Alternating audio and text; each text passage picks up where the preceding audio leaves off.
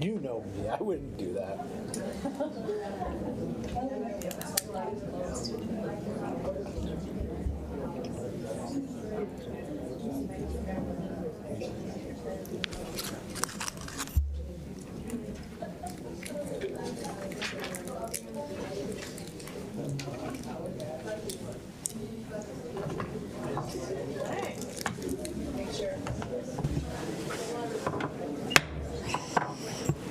Good evening and welcome to Westminster City Council meeting of May 11th, 2026. Please stand and join us in the Pledge of Allegiance. I pledge allegiance to the flag of the United States of America and to the republic for which it stands, one nation, under God, indivisible, with liberty and justice for all.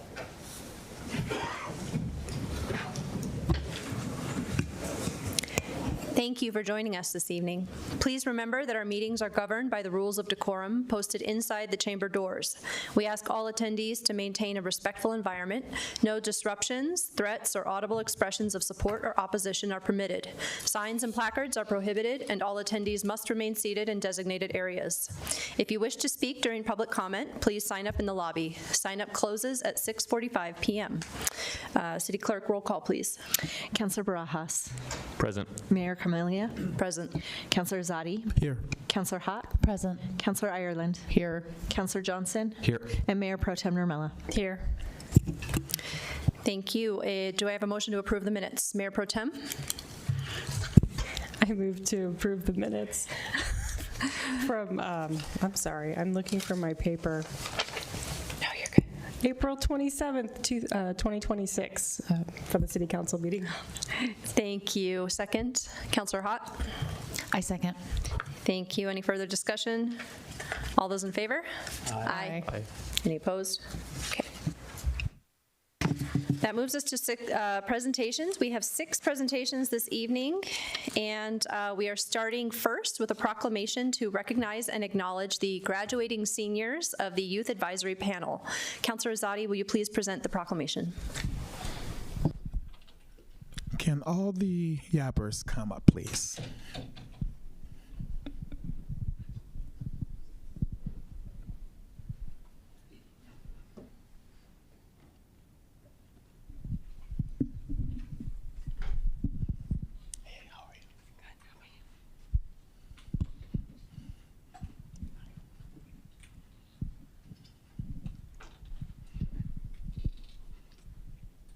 Can y'all introduce yourselves? My name is Hagen Vang. I just graduated from Northland High School today. And yeah, I used to be a senior, so. My name is Emmanuel Bacom. I just graduated from Stargate Charter School.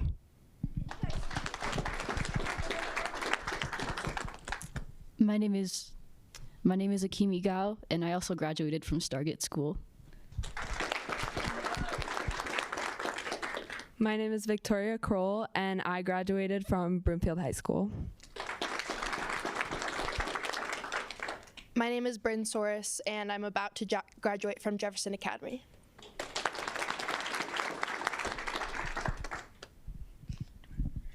I'm Lily Morgan. I'm the Youth Advisory Panel Program Coordinator.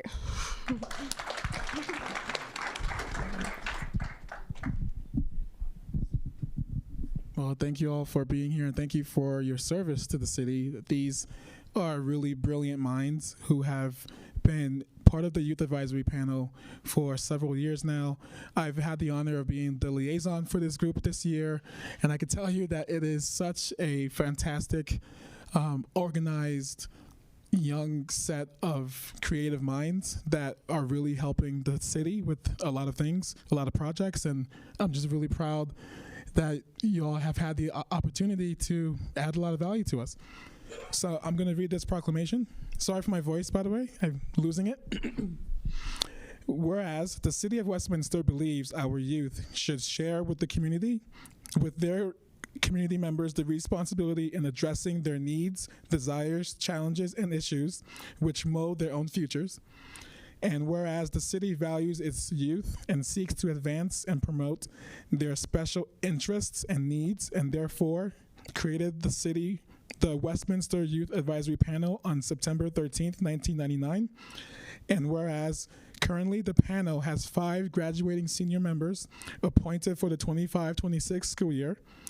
And whereas it is important to acknowledge the contributions made by outgoing seniors, now therefore I, Claire Camelia, Mayor of the City of Westminster, on behalf of City Council and staff, do hereby recognize and extend appreciation to the following Youth Advisory Panel outgoing senior members who are currently serving on the Youth Advisory Panel representing their schools and Westminster youth. Emmanuel Bacon, Stargate Charter School. Akimi Gao, Stargate Charter School. Victoria Kroll, Broomfield High School. Bryn Soros, Jefferson Academy, and Hagen Vang, Northglenn High School. Signed this 11th day of May, 2026.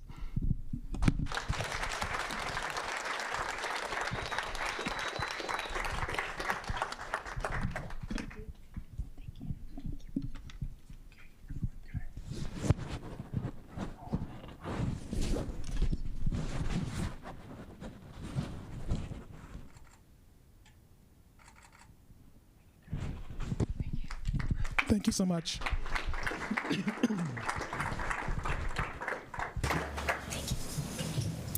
Now we will recognize Provider Appreciation Day, also presented by Councilor Rosati. Can ECPAC folks come up, please?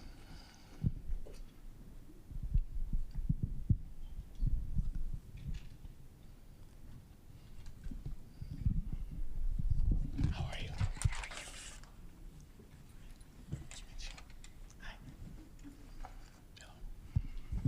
Can you introduce yourselves? Sure. Hi, I'm Lisa Jansen Thompson, the Executive Director at the Early Childhood Partnership of Adams County.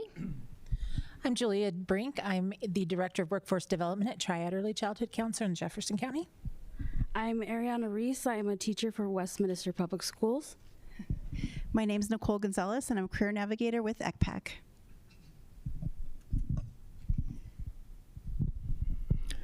So as we all know, childcare is a very important issue right now. There is a crisis in the state and in the city. Our biggest need are the children between 6 weeks and 6 months and 6 years. And right now we have a huge gap in providers. We have a gap in wages for the teachers who work in these schools. We don't have enough slots for infants and toddlers.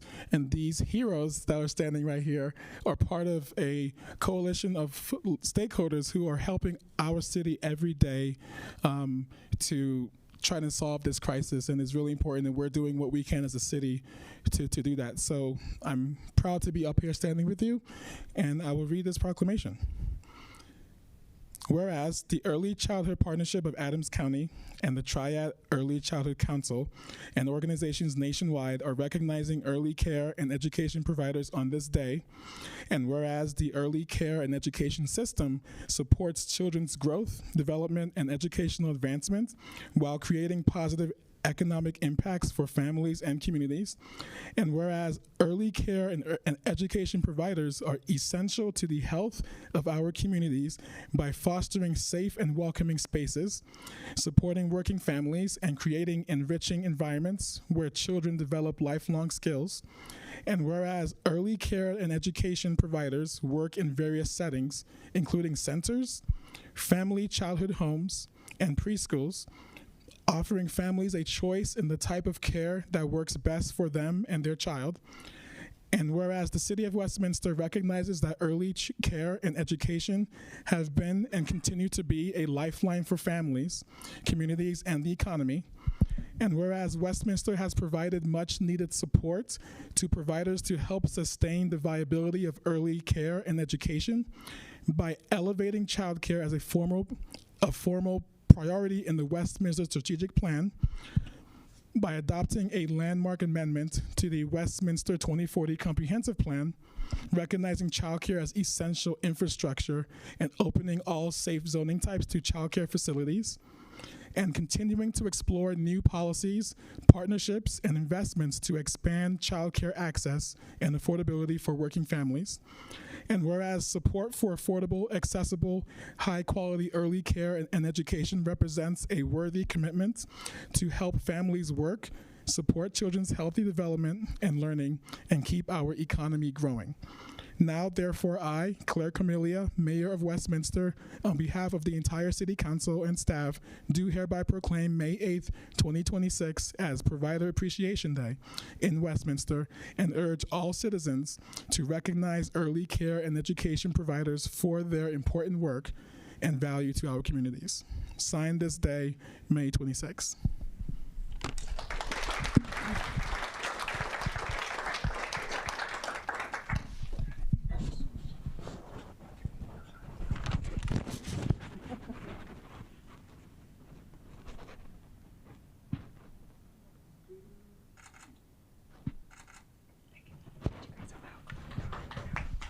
Yes. I do. Is that okay? I didn't. Well, some cities allow comment and some don't, but Councilor Zadi said I can't. I got to put my glasses on though. All right. Mayor and council members, on behalf of the Early Childhood Partnership of Adams County and Triad Early Childhood Council, we want to thank you for recognizing May 8th as Early Care and Education Provider Day. Another piece I just want to note is today is actually Day Without Child Care. And there are many families in this community who actually don't have child care so that they can work.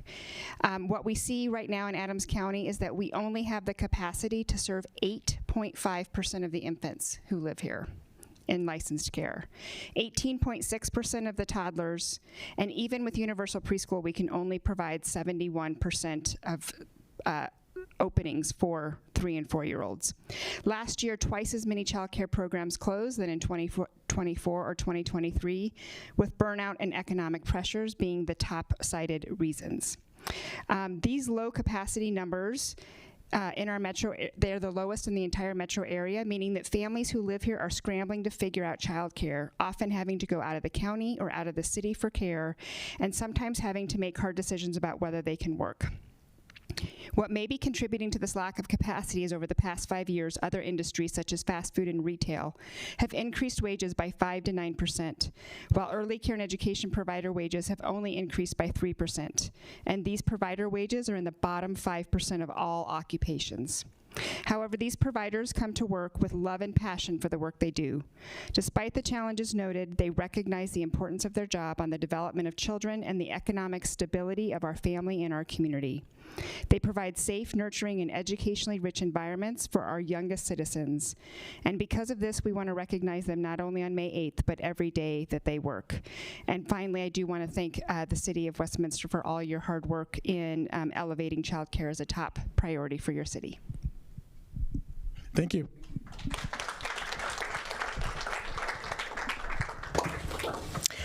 Our next proclamation is for National Day of Prayer. Councillor Ireland, will you please present the National Day of Prayer proclamation?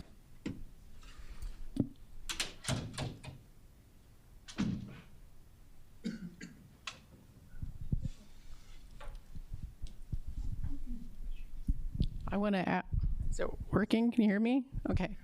I want to ask Pastor Denise Shannon to come up, and Dave DeMont, and Tom Lampo.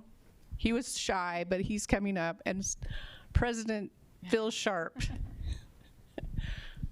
And I also invited Pastor Romero, but he had an emergency tonight, so.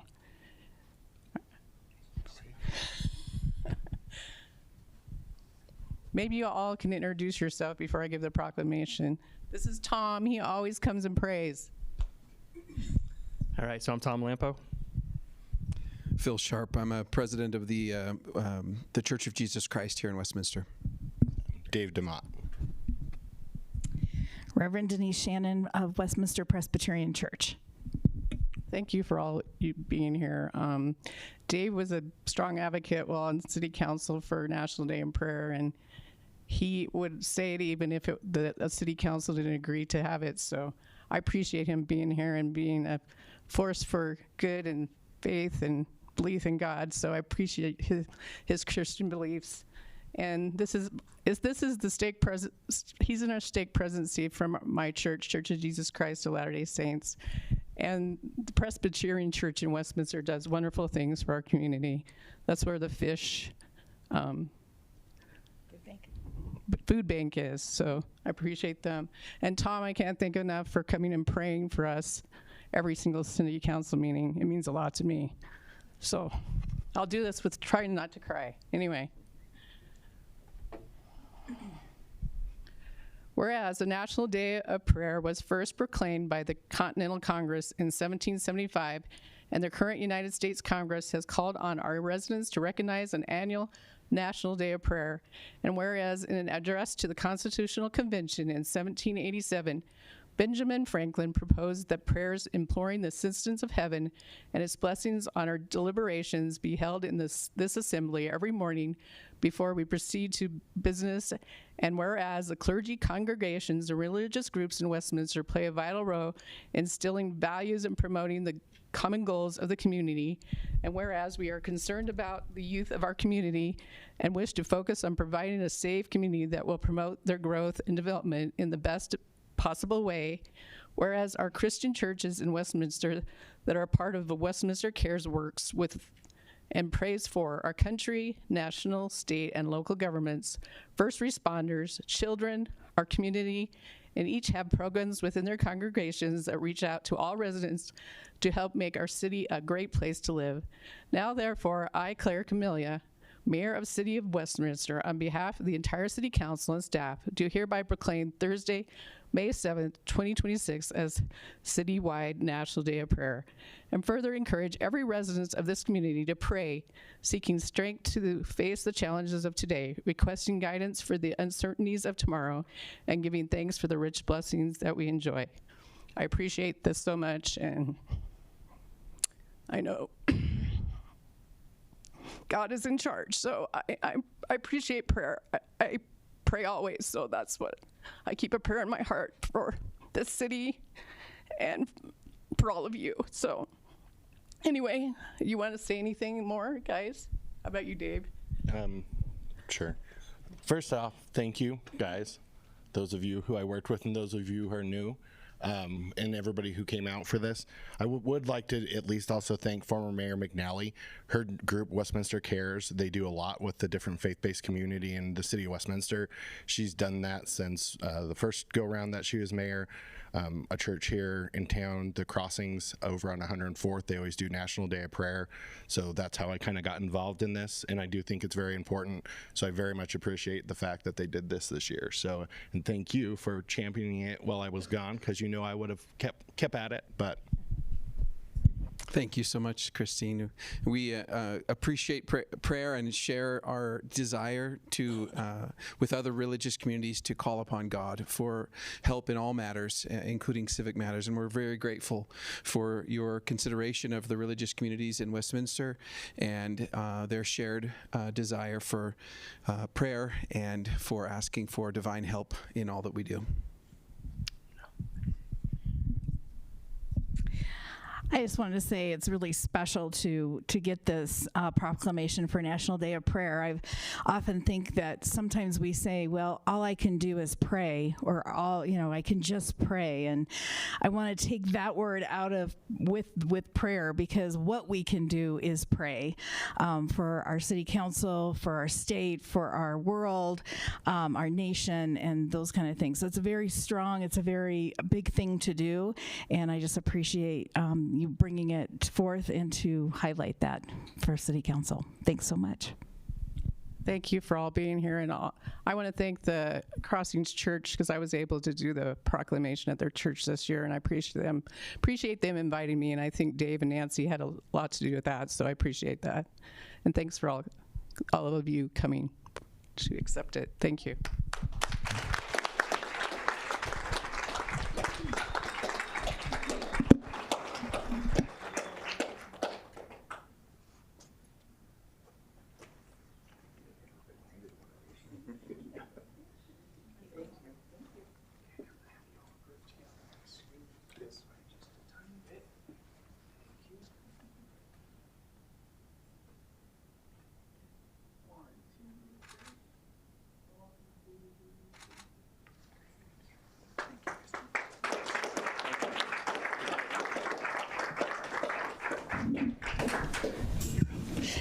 I will now recognize the Pollinators Pledge, the Proclamation for Bee City, USA, and the Proclamation for World Migratory Bird Day as part of the Bird City Network.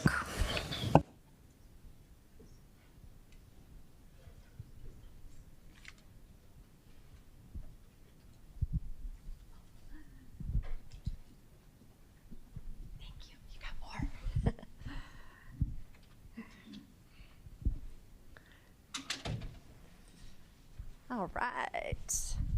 Thank you both for being up here. Absolutely. Let me go look for one. I'll do these one at a time here. All right. I'm going to let you each introduce yourselves. And before I do the first one, which is a Pollinators Pledge, feel free to join. If you care about our natural world, our ecosystems, and the health and well-being of the city of Westminster, you too are welcome up here. So I'll let you introduce yourself. Lance Johnson, Parks, Golf, and Open Space Manager. Eric Otzelberger, Parks, Recreation, Libraries Director, and we want to give a shout out to our team. They're doing the real work this evening with a stakeholder group of community members working on an ecosystem management plan that'll further our pollinator efforts. So Joe, Arian, Liam, Marilla, the whole crew, they send their regrets, but they're rolling up their sleeves with our community members literally as we speak right now. That is really exciting. I did not know that. Fantastic. Okay. Well, for those in the city, we have a lot coming this year because we're taking this drought very, very seriously. And we're also taking our responsibility to live as one in cohesion with our natural environment very seriously. And so this is our first Pollinators Pledge, a commitment by city leaders to support the health and abundance of pollinators. Pollinators such as bees, butterflies, moths, beetles, flies, and birds are essential to healthy ecosystems, thriving gardens and farms, and resilient communities. Cities have a unique ability to protect and expand habitat through the way we plan, maintain, and connect our public lands and rights of way, and through the partnerships we build with residents, businesses, and community organizations. Therefore, I, Mayor Claire Carmelia, on behalf of the City of Westminster, Colorado, pledge to take meaningful action to support pollinators and the habitats they depend on. We will pursue this work with leadership, practicality, transparency, and community-wide benefit so that every neighborhood can share in the ecological and quality of life gains this commitment brings. I won't read through the whole thing, but I'll list pretty briefly here the commitments. We commit to create and enhance a habitat, to design and connect our green spaces, to partner and build relationships, to invest and incentivize, to educate and train, and to celebrate and recognize achievements. And for those who don't know, a lot of this is already in action, and we're really, really excited about it. So much to come. You're going to see some really beautiful parks opening up soon that have pollinator districts within them. We will implement this by advancing land management practices that reduce reliance on harmful chemicals, using integrated pest management principles, and prioritizing effective non-chemical methods whenever possible. We will establish clear roles and accountability for implementation and public communication of progress. We will encourage and support residents, HOAs, businesses, and institutions to create pesticide-conscious, pollinator-friendly habitat on private lands. By signing this pledge, I affirm our city's commitment to measurable, sustained action that supports our pollinators, strengthens biodiversity, and improves the health and beauty of our community for current and future generations. Thank you so much. All right. Here, I'll let you hold that. I never know what's It's rolling. I don't trust it. Are we? Yeah, where do you want us?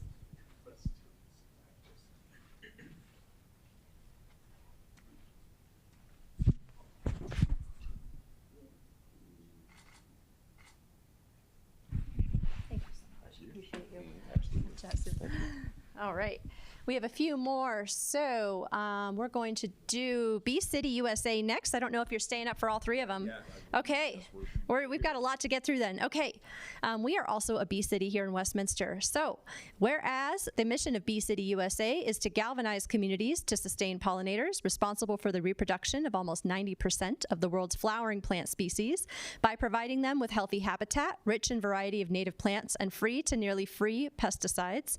And whereas to the more than than 3,600 species of native bees in the U.S., along with introduced honeybees, we have a very diverse dietary choice, rich in nuts, fruits, vegetables, and whereas bees and other pollinators have experienced population decline due to a combination of habitat loss, poor nutrition, pesticides, including insecticides, fungicides, and herbicides, parasites, diseases, and climate change, whereas pollinator-friendly communities can benefit local and regional economies through healthier ecosystems, increased vegetable and fruit crop yields, and increased demand for pollinator-friendly plant materials from local growers, and whereas ideal pollinator-friendly habitat is comprised mostly of native wildflowers, grasses, vines, shrubs, and trees, blooming in succession throughout growing season to provide diverse and abundant nectar and pollen, since many wild pollinators prefer or depend on natives with which they co-adapted.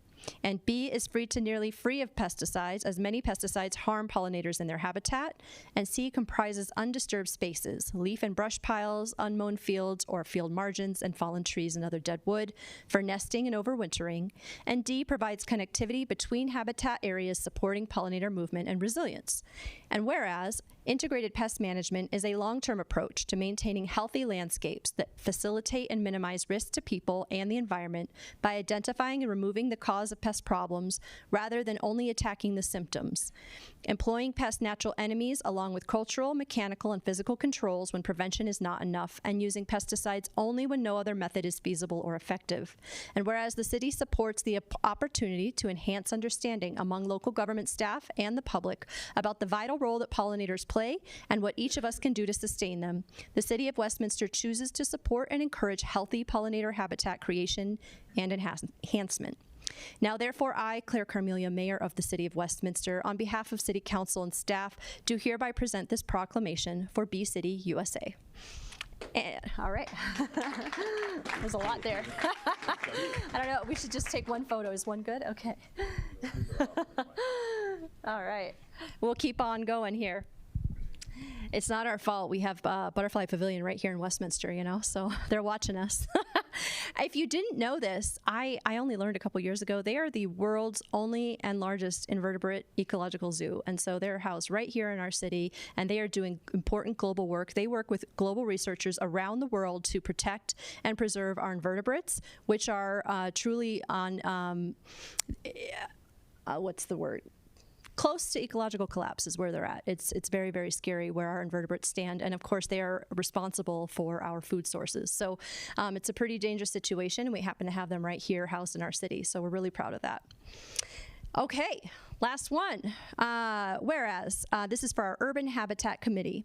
Whereas 2003, Urban Habitat Committee of the Wisconsin Bird Conservation Initiative created Bird City, Wisconsin, and based the initiative on Arbor Day Foundation's Tree City, USA. Bird City is the next project created by the Environment for Americas and is modeled after Bird City, Wisconsin. Whereas adopting a resolution to recognize World Migratory Bird Day and holding a public event, program, or activity to celebrate World Migratory Bird Day is a requirement of renewing Westminster as a bird city. And whereas World Migratory Bird Day is an opportunity to discover, recognize, and celebrate migratory birds that share our vibrant economy, and whereas migratory bird species are declining due to human impact, habit destruction, and a lack of conservation awareness, and whereas birds are responsible for pest management, pollination of native and ornamental plant species, soil fertilization, and more. And whereas the existence of diverse bird species contribute to a healthier and more vibrant community, now therefore I, Claire Carmelia, Mayor of the City of Westminster, on behalf of City Council and staff, do hereby proclaim the second Saturday of October as World Migratory Bird Day in the City of Westminster. All right.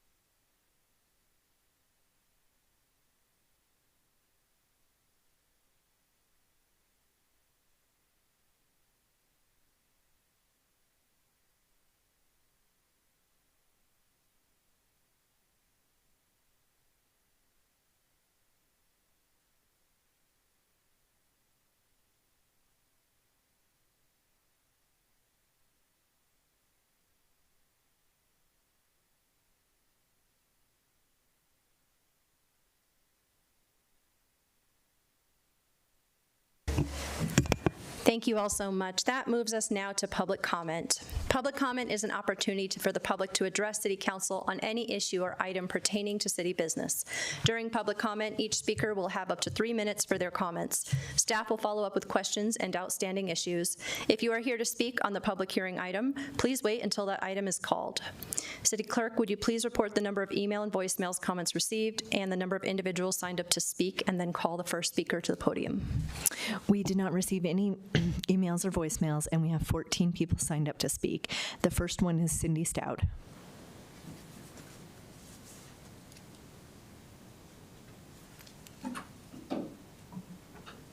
Good evening. Mayor Pro Tem, councilors, and staff. My name is Cindy Stout. I'm here representing the Westy Dog Park Guardians. You should have several handouts from us, and I'd like to start with our 2025 annual impact report, is what it's called. First off, you can see over 6,000 hours of volunteer time dedicated to our beautiful off-leash area, plus additional hours serving the community through vaccine clinics, library events, and food drives. Our donations to this cause have come in just short of $5,000. Some of that has been in kind through corporate donations to the food drive, website hosting. A lot of it is just real costs that we all donate. Our second annual Pause Giving, which we had last Thanksgiving, the week before Thanksgiving, netted an astounding 4,610 pounds of dog and cat food. Councilor Azadi, apparently I've got what you've got. Sorry. Plus many other supplies that were donated to shelters. To wrap up, the estimated dollar value of both our hours plus our extended community is $243,094. This is based on a nationally recognized assessment of the value of volunteer hours. We'd like to recognize our community partners, fish food pantries of Broomfield and Westminster, Foothills and Riverdale Animal Shelters, Almost Home Cat Shelter, and the Arvada Community Table. In addition, special thanks go to our business sponsors, Mountain States Toyota, Petco, PetSmart, G's Tacos, and Front Range Gardens. Now, if you would, please check the second handout. This is titled Dog Park Guardians Pup Event Digs Deep at Westminster Hills. This was an article from the Westminster Window last week, reporting on our latest pup party. So PUP sounds really fun, but it stands for pick up poop. So we have to make it at least a little entertaining. We accounted for 150 volunteers, giving approximately 175 hours to pick up an estimated 500 pounds of waste and trash. They also went through the Dry Creek Valley ditch and picked up trash in there before they turned that on. We were just overwhelmed by the community's support on that. We're looking forward to continuing caring for our park and community and appreciate your support. Thanks so much for your time. Thank you. The next speaker is Beth McBride.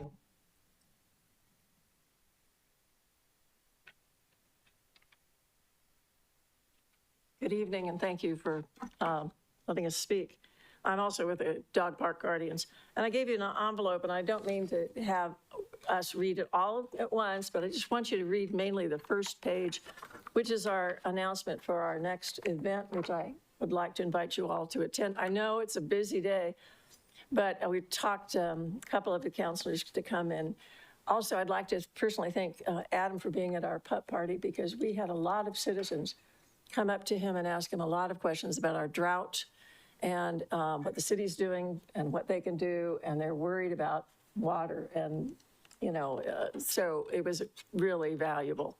On this Educate and Celebrate, this is our first year since we've adopted the park, and we're having community tables of employees from the city.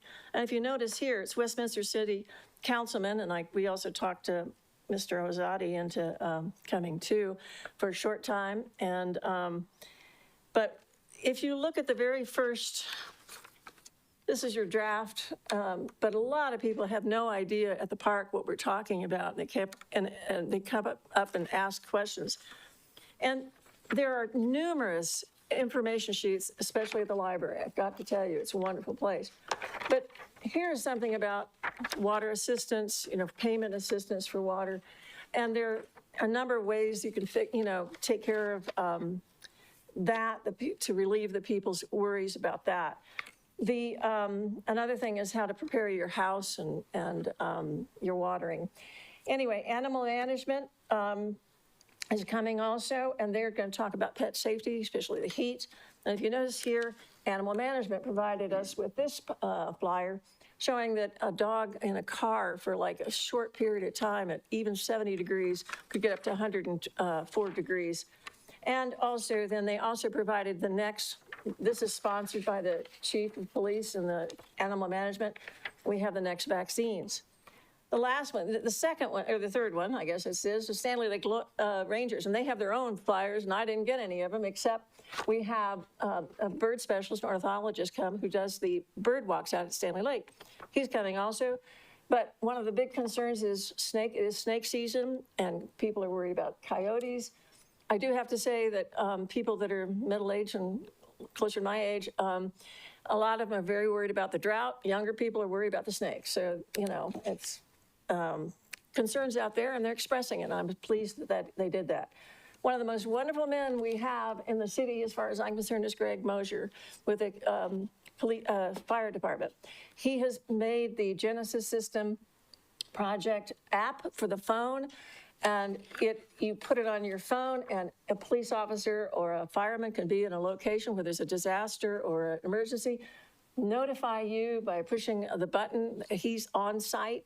It's an incredible system. So I do strongly ask you all to look at that. Also, the library also has, how do you prepare for your own home in case of the drought and fires? They also have, we gave the FEMA, has a whole thing of what to take when you need to leave. And it just lists everything from food, water, and even animal things for your pets. Finally, this is just one example. I'm so sorry. I think I've been listening to everything you're saying, and we're way overdue on the timer. Oh, I'm sorry. That's the first time I've done that. I'm sorry. Okay, no problem. I provided this so you could read it on your own, and I thank you all very much and invite you to attend. Thank you. Thank you. You're a great engaging speaker. I'm listening and not. All right, next speaker. The next speaker is James Engstrom. Hello. I am here to just express my appreciation to the City Council for your support of the National Day of Prayer. I recently attended the Colorado Prayer Luncheon.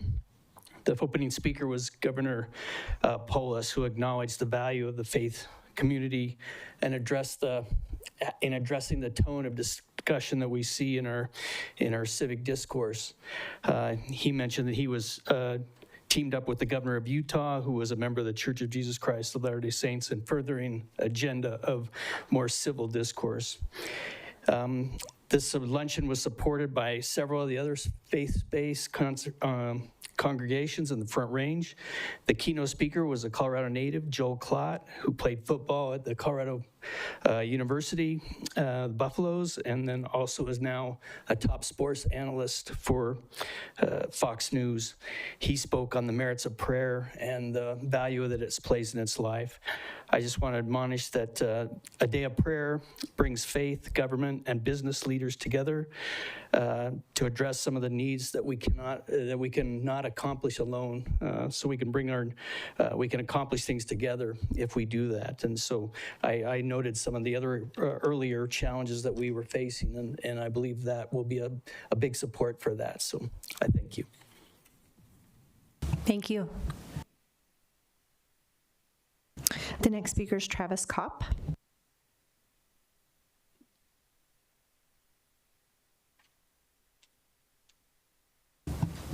Welcome. Thank you. Good evening, Mayor, City Council members. My name is Charles Kopp. As was said, I'm a servant of Jesus Christ. I want to say that I support the City of Westminster in its National Day of Prayer proclamation. It has been well said that God is still on his throne and prayer changes things. Thank you. Thank you. The next speaker is Kathy Stroud.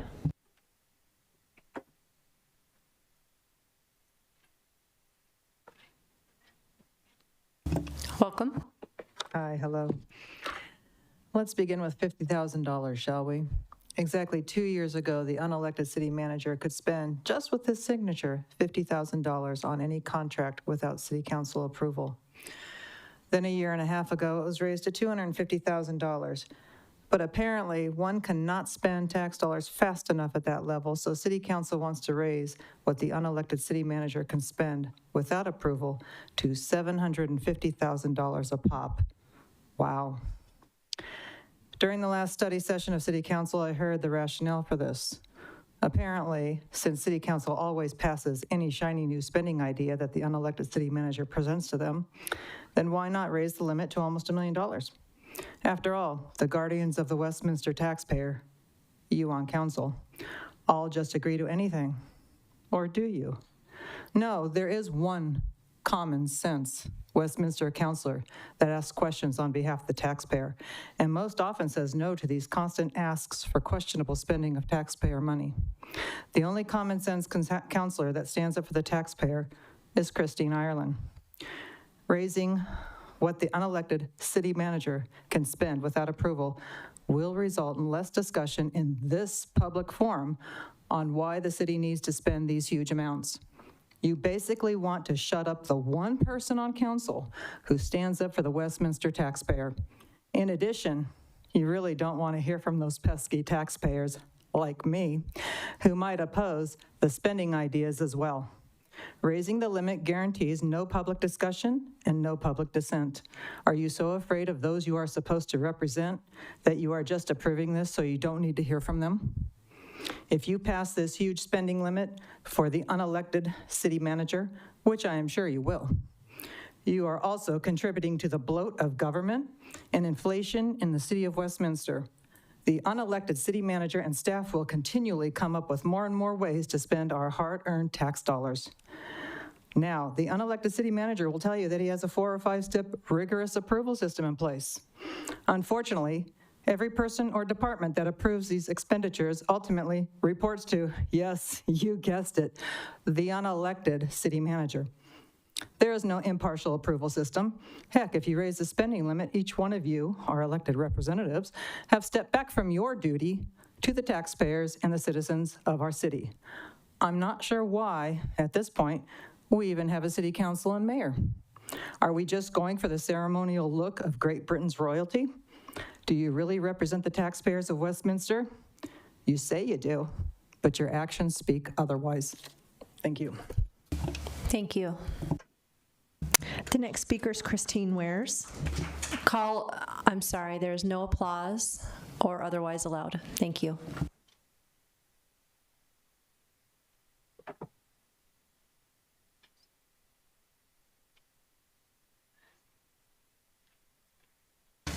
Welcome.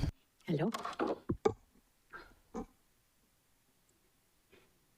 Greetings, Mayor and City Council. Thank you for the opportunity to once again address the ongoing safety and concerns impacting the Solara Center, downtown Westminster, and residents due to the Rodeo nightclub. Earlier today, I emailed each of you several visuals highlighting the significant impact these events have on our center and nearby residents, showing frequent need for police intervention. Data used in the report was sourced from the City of Westminster, police reports, and Rodeo's social media. Over the past several months, I have shared information regarding several severe illegal activity, including public drug and alcohol use by rodeo patrons, some of whom are minors, in our parking lot and surrounding areas. This is before, during, and after events. These disturbances have resulted in multiple police calls and even arrests that are now public record. The situation has escalated dangerously. Most recently, 6 gunshots were fired in the parking lot during a Saturday night rodeo event. Some residents witnessed this incident and heard the shots, and it was posted on local social media. There have been multiple sightings of individuals waving guns from vehicles and consuming alcohol while driving through the parking lot. This continued escalation presents a major safety risk and is actively deterring people from visiting the area. If left unaddressed, I am concerned this will cause a negative impact on the broader downtown Westminster area and its residents. Must we wait for a serious injury to occur before action is taken? In addition to safety concerns, the increased noise and traffic threatens the viability of local businesses and residential property values. Residents voiced their concerns 2 weeks ago, but yet have to receive a response or a proposed solution. These individuals invested in the city of Westminster with the expectation of safe and quiet enjoyment of their property. The current situation resulting in the city's decision to allow a high occupancy venue to operate in a nightclub capacity is becoming unsustainable. I believe this situation will negatively impact the reputation of Westminster, which is otherwise an outstanding place to live and operate a business. I urge the council to prioritize this matter immediately. Community safety is essential to protecting the long-term investment in our downtown district.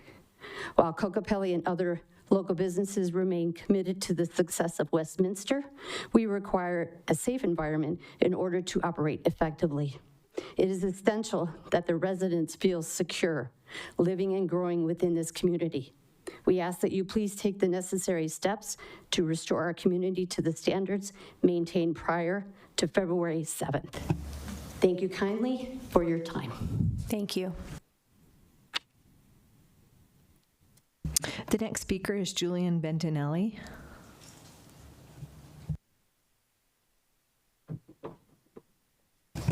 Welcome. Thank you. Good evening, Mayor, council members. Members of the community, I felt were somewhat encouraged after our last meeting as we heard and saw the mayor and council members trying to participate and engage with some potential solutions for the rodeo. We left understanding that outside of an annual renewal process, our only other recourse was to call PD, complain, report, and wait for the chief. I believe that there's a Colorado statute that gives this board and the local licensing authority to act now. It's Colorado Revised Statute 443601. Any local licensing authority has the power on its own motion or on its own complaint to initiate an investigation, to hold a hearing, and to either issue fines or to suspend a license. I believe we have what we need here if we can act. Westminster Muni Code 516.3 lays out 8 factors to consider: the character of the licensee, the licensee's prior experience, traffic volume and parking, the potential effect to the peace of the neighborhood, compliance to zoning and building regulations, police activity in the business, the character of the business in relation to surrounding areas, and the reasonable requirements of the neighborhood and the desires of its inhabitants. I believe that we have all heard the overwhelming evidence. We have assaults and drug and alcohol use, shootings, public and private destruction of private and public property. Upon information and belief, they are serving full bottles of alcohol with the lid on. Regarding reputation, they were kicked out of Aurora. They didn't pay taxes. Aurora had to file a lien and seize the building. I believe Greeley is having a problem right now. In 2020, the Colorado Attorney General, this is online, had to issue several cease and desists to the Aurora locations because they were in violation of executive orders. My understanding is based on the categorization of their licensing, they have to have 15% of food sales. They do not sell food. They have some food trucks sometimes that are not licensed. The parking based on Westminster Muni 1174, it should be 3-1. They should have 550 parking lot spaces. The parking lot holds 400. Based on that code, Kokopelli should have 96. We see the overflow into the Alamo into the church parking lot. Their occupancy was approved based on a prior layout. We estimate that they have between 2,500 and 3,000 people, nearly twice the amount of occupancy. Again, based on a prior floor plan, they removed the tables and chairs. We would ask that we would request that a motion is initiated to bring this before the Liquor Licensing Board, and a motion to hold a hearing and to issue a summary or a temporary suspension. Please protect us. Please and thank you. Thank you. The next speaker is Tom Lampo.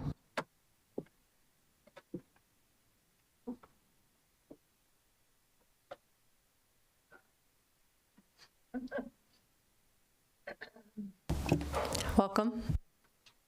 Thanks a lot. All right, hello to everybody. It's good to be back to Westminster. I'm Tom Lampo, and I'm here to lift up the city in prayer. So please join me in prayer. Lord, in Jesus' name, we invite you here tonight. Be with us here and let your presence be known at this meeting. Your will be done in Westminster. Holy is your name, righteous are you. Nothing can approach your majesty. You put everything into motion. Your love for us is beyond any measure. You are the only one worthy of all our praise. And yet we transgress your perfect plan for our lives. In your word, 1 John 1:9 addresses this and states, if we confess our sins, he is faithful and just to forgive our sins and to cleanse us from all unrighteousness. We'll take you at your word and ask for forgiveness for thinking our ways are better than what you know is best for us. Restore us and place us back on the path of righteousness. Father, you've sent us moisture again. Your provisions are intentional and timely. We asked you for moisture for our mountains and here in Westminster. You provided because nothing is too great for you. In your word in Jeremiah 32:27, you give us a word we can depend on. You state, I am the Lord, the God of all the peoples of the world. Is anything too hard for me? No, there is nothing too difficult for you to accomplish. Your word then states in Matthew 7:7-11, ask and it will be given to you, seek and you will find, knock and it will be opened to you. For everyone who asks receives, and the one who seeks finds, and to the one who knocks it will be opened. Or which one of you, if his son asks him for bread, will give him a stone? Or if he asks for a fish, will give him a serpent? If you then, who are evil, know how to give good gifts to your children, how much more will your Father who is in heaven give good things to those who ask him? You are our provider. All good things come from you, and with all things being in your control, you can do far greater things than we can imagine. So with praise and thanksgiving upon our lips and in our hearts, we ask you in faith to continue to provide the moisture for us. Do not lift your hand of favor that is with us. Continue to be our provider. You are Jehovah Jireh. The Lord will provide. You are our God, and we are your people. In Jesus' name we pray. Amen. Thank you, guys. Have a nice night. Thank you. Nice, Reese. The next speaker is Chuck Hutchcraft. Chuck Hutchcraft. Welcome. Thank you. I've been living here in the city for 28 years and have been very proud of what the city stands for and what the city is doing in most of the work and things that they do and that your city council has done. But I've been disappointed lately to discover that the city has decided to honor a small minority group by flying a flag other than the Colorado flag or the city of Westminster or our U.S. flag, that it does dishonor to the rest of the people that live in the city. Not that there's anything against the group that is honored, but to show honor to one group without showing honor to all of them, I think is a mistake. And I would just encourage the city council to give some further study to this matter before continuing with this action. Thank you. Thank you. The next speaker is Dave Brown. Welcome. Thank you, Mayor, Council. taxpayers. Today, I am here to talk about the rodeo, also known as a convention center. I personally have been to many convention centers around the country, and I've never found one that has drunken fights and drug use and condoms on the ground that my 4-year-old has to see. That's what we have here, and that's what this organization, the police department, is doing their best to keep a lid on it. But the city, the mayor, the council has granted this travesty to exist. And if it was a regular bar, it'd be shut down. If it was anything else than a protected minority group running the joint, it would be shut down. The fact that it slid under the radar as a convention center, those are air quotes if you didn't see them, basically this is something that should not be allowed to exist. Last night, by my watch, was Sunday night. I bet everyone on the council was having a nice, quiet evening with their family. My wife, my 4-year-old, and my dog sat trying to watch a kid's movie, hooting, hollering, and truck races and gunfights. That's not an exaggeration. You've seen the evidence. I really don't need to go on and on, but I will. This is something that it's going to involve death, gunfire, gang fights, etc. Our building, I live in the townhomes on Harlan. My neighbors are here with me. We've already had one bullet go into our building. Into a building. It's documented. I'm not making it up. Police know about it. Fire department knows about it. A bullet went into one of the homes. Luckily, this time no one was hit. If my daughter is injured by inaction of this council, there will be consequences. That means legal, that means liability. I'll also tell you, and this is not a threat, this is a promise, I am going after the insurers of the adjacent parking lots because they don't know about the liability that the city is allowing to exist. I promise you the overflow over by Ovation Church, which is 9075, that overflow is not part of the shopping center where Rodeo and Cocopelli exist. Okay, so the overflow is going into the other parking lot behind it, which is directly in front of me. I've got 42 seconds. I've been waiting for 3 years now since I bought 3 of the townhomes on Harlan. I was sold a bill of goods by the city of Westminster that this is going to be a big deal. There's going to be a regional park. You're going to spend $20 million, a lot more than some people think you should have spent on this downtown Westminster thing. Well, I went all in. I must be a fool. I bought 3 townhouses, $2 million. Anyone ever done that? $2 million of my money. And now I have a cause of action, 14 seconds. One of my tenants is not renewing their lease, which I sold at top dollar 18 months ago. They had an option to renew with only a $100 increase, and they're not gonna do it. You know why? Because of rodeo. That is called economic impact on David E. Brown, cause of action. I'm going to take action. The city's gonna hear about this. Please, don't make me do what I'm going to do. Thank you. Thank you. The next speaker is Alex Tercey.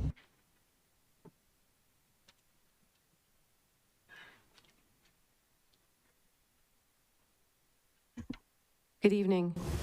Wow, there's been a lot said about my neighborhood.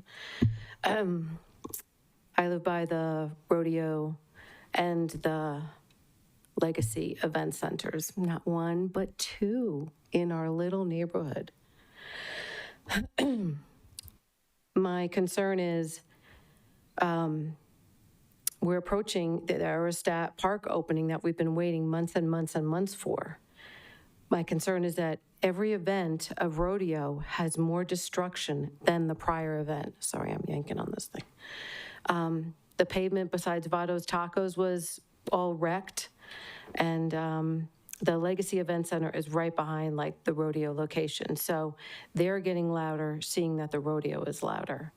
But there's been a lot of talk about a noise ordinance, and I feel it's a 2-pronged approach.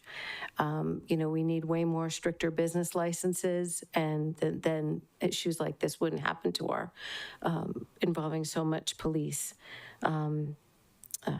Please protect us, and thank you for letting me speak. Thank you. The next speaker is Grace Haney.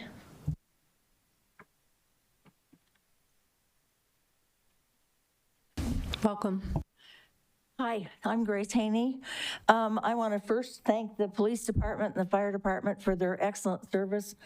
Every time I turn around, they're doing something, and the 9/11 service for the City of Westminster is excellent. I've had to use them a couple of times for my neighbors and for me, and they're right there. They're right on top of it.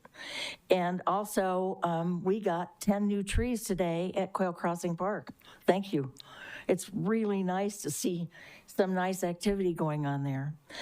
I started teaching at Westminster High School in 1972. One of my students at an adult class that I taught, not at Westminster High, but an adult class that I taught, was Laverne Glassman, who was the secretary to Bill Christopher, who was the city manager for City of Westminster. He put together, and the city council at that time had put together the budget to do this structure, this building, and the police department next door. In all of the efforts that they made, there was never a request by the city manager to have an allowance of $750,000 on his signature without approval of city council. You are elected to represent me. I'm 84 years old. I cannot afford to pay anything more in taxes, and we are seeing so much corruption and fraud going on throughout the United States, including here in Colorado, just to the north of us, with city managers overspending and taking advantage of things. You're giving license to that city manager to commit fraud. You're handing it to him. So please don't allow that. I can't afford to do this. I'm 84 years old. I can't do it. All my neighbors asked me to come here tonight. So Quail Crossing, thank you. Thank you. The next speaker is Jeanette Dieters. Good evening, Mayor. Welcome. Good evening, Mayor and Council. I'm pleased to address you folks and share the thoughts that I have about the National Day of Prayer. Thank you for voting to draft a proclamation recognizing the National Day of Prayer for the City of Westminster in 2026. Recognizing the power of prayer that all who are people of faith in God practice. Our country was established by the founding fathers who all prayed for inspiration and guidance from God to establish this great nation, as well as the documents that bind our nation and states together as one nation under God. The National Day of Prayer was established the official establishment was in 1952 by a joint resolution of the United States Congress and signed into law by President Harry S. Truman. On April 17th of that year, it was created as an annual national observance to invite people of all faiths to pray for the nation. Selecting the first Thursday in May was amended to the law by President Ronald Reagan in 1988. It has been my personal opportunity to be an interfaith specialist in the City of Westminster for over 8 years for my faith, the Church of Jesus Christ of Latter-day Saints. That means I've had the opportunity to visit many different faiths through the years to establish relationships with their faith leaders and their congregations. It has been a rich experience for me, and I have witnessed the sincere prayers and devotions to God everywhere I go. People of faith are increasing, many of whom have sought for the religion that best resonates with their soul's desire for peace and strength from God as they navigate through a very troubled world. Faith communities are a strength to our city by establishing a lifestyle where serving one another and with each other is paramount. The selfless service for one another is nearly all-encompassing, from working with the unhoused to the economically fragile to the rest of our population. The foundation of praying to God for strength, wisdom, and guidance to meet our community's needs is sincere, vibrant, and powerful. My hope is that the City of Westminster continues to stay committed to acknowledging that the faith-based communities of Westminster are a vital arm of our city, and continue to recognize that prayer is the foundational principle that strengthens each individual contributor, which positively impacts our city, as well as our state and nation. Thank you. Thank you.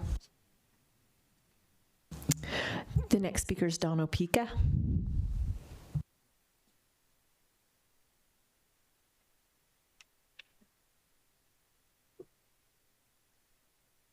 Welcome.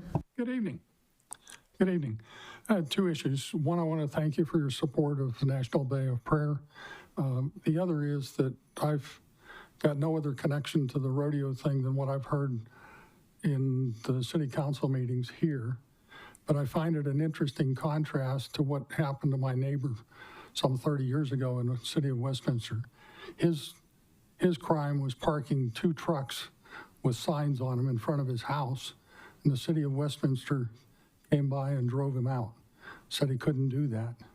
And this, what I hear about the rodeo, seems to be a whole lot worse than what he was doing, just having some meetings and parking a couple of electricians' trucks in front of his house. So that's all I have tonight. Have a good evening. Thank you.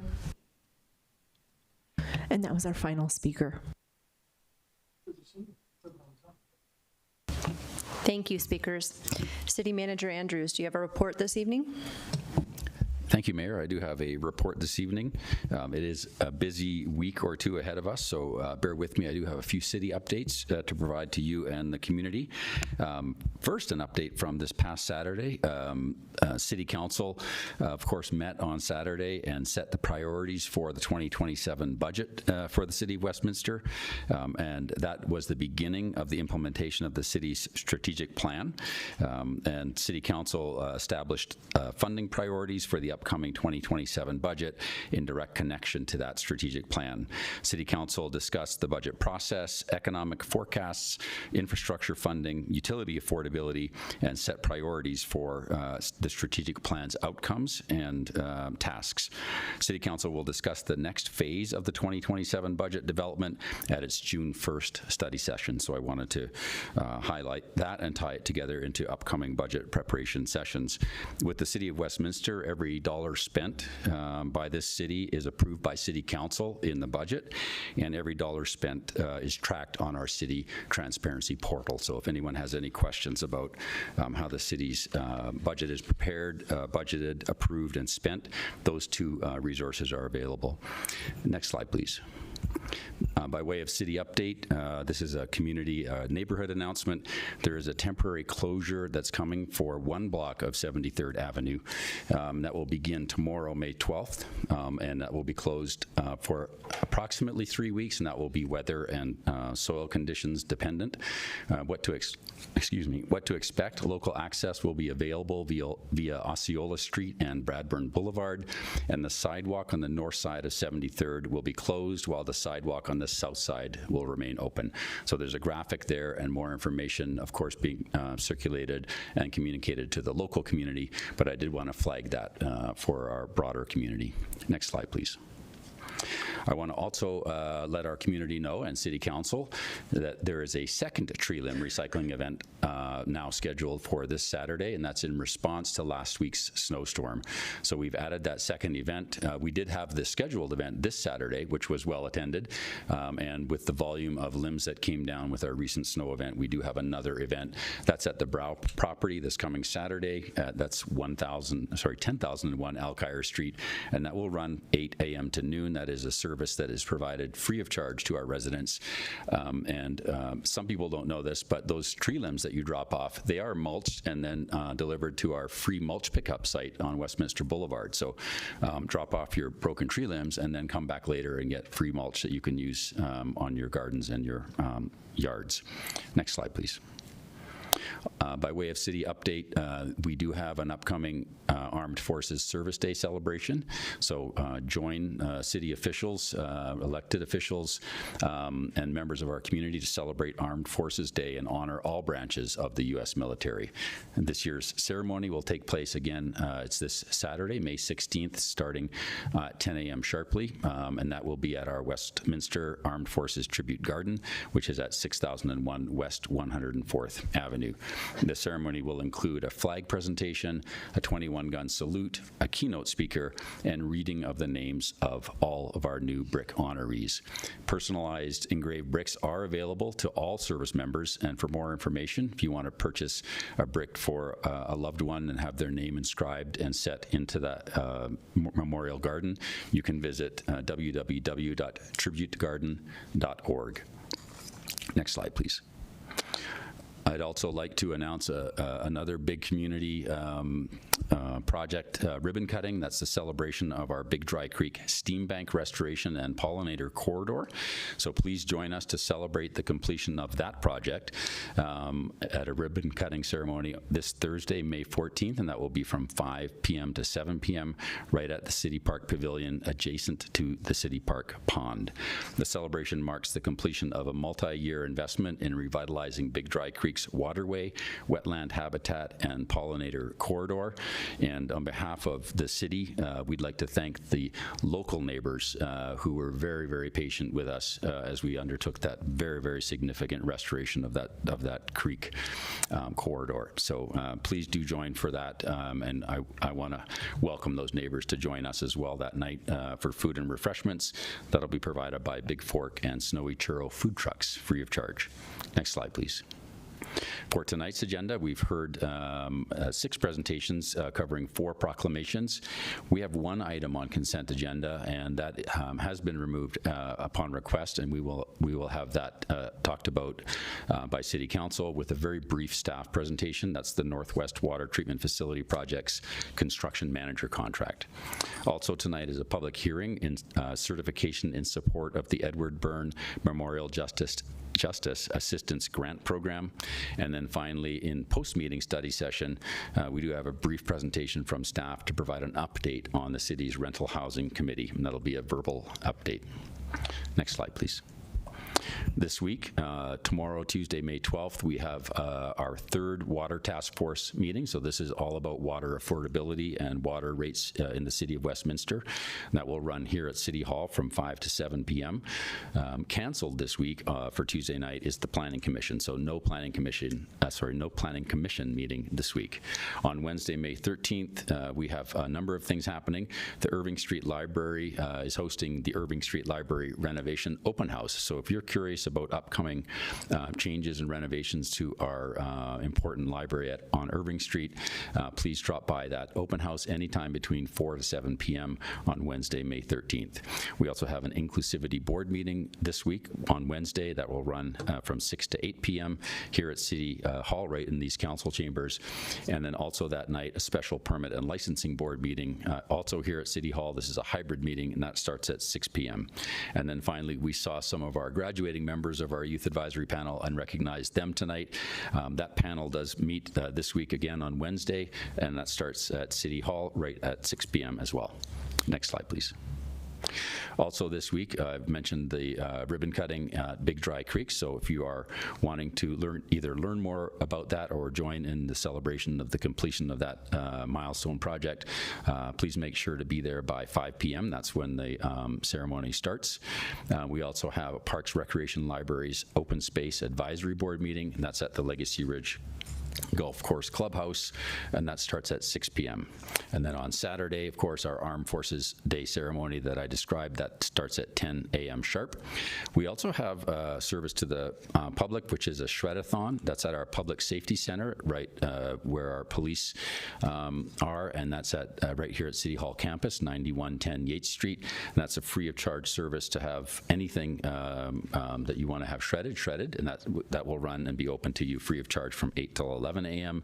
And then finally, for those of you interested, Fire Station number 5 is holding an open house that will run from noon to 3 p.m. on Saturday, and that is the one that's located at 10,100 Garland Street. So Fire Station 5, our firefighter professionals and support staff will be happy to meet with you and show you around the station and host any questions that you may have. Next slide, please. At our next meeting of City Council, that will be next Monday, May 18th, right here in City Council chambers. That's at 6:30 p.m. We have 2 proclamations that night that City Council will be announcing. The first will be National Gun Violence Awareness, and the second will be cerebrospinal fluid leak awareness. Finally, on consent agenda, there will be 4 items, and there is an appointment and resignation that evening, and that's regarding the Metro Water Recovery Board of Directors. That's an appointment. Next slide, please. There will be a post-meeting that night as well. 2 presentations, Westminster Public Schools Forward Together Facilities Initiative, as well as the Front Range Passenger Rail, including station location and connections to regional transit. Both of those very important to the community. And finally, an executive session, proposed development assistance agreement for a proposed income-aligned development located at 3300 West 72nd Avenue. Next slide. That's all I have. You can always report an issue to the city at westminsterco.gov/accesswestminster. Get the app if you don't have it. It's very, very useful. Our phone number is 303-658-2400. Our website is continually being refreshed and updated. So that's westminsterco.gov. And then finally, I mentioned earlier, if you have any questions at all about how the city spends its money on a dollar-by-dollar basis, please do check out our transparency portal. That's westminsterco.gov/903/transparency. You can go straight to the main page and click on that icon and get right into that portal. And that's updated daily. That's all I have, Mayor. Thank you so much. Are there any questions about the city manager's report? Okay, moving on to city council comments. Councillor Ireland. So I want to talk about the rodeo first. They talked about sending it to our licensing board, their licenses. Can we do that? Make a motion for that? Thank you, Councillor. The Special Permit and License Board is the licensing authority for businesses and liquor licenses, and they are in charge of taking complaints. And I would recommend that people contact police if they have concerns, because the police can investigate those complaints and present evidence to the Special Permit and License Board for their consideration. That's the way the process operates, and that's why it's important to refer concerns to the police so that the investigations can then be the source of evidence to take into consideration. So evidence needs to be presented to that board, and that's why the police play their role. Well, it sounds like we have plenty of evidence, so I don't know how long these people can hold on to their businesses. So maybe we need the police to come talk to us. I don't know, but this is out of hand. Anyway, I'm going to go on. Hopefully, we'll get to the bottom of it. I want to thank the Guardians for all their service to our community. I'm sorry, I'm a busy person. I don't get out to all those events, but thank you so much. I want to thank everyone that came to speak. What else? Of course, the National Day of Prayer. I want to thank everyone who came out tonight, the ones that came up here with me. I am thankful for our constitutional right to pray and worship freely. I also want residents to know there is now a pride flag flying over our city hall.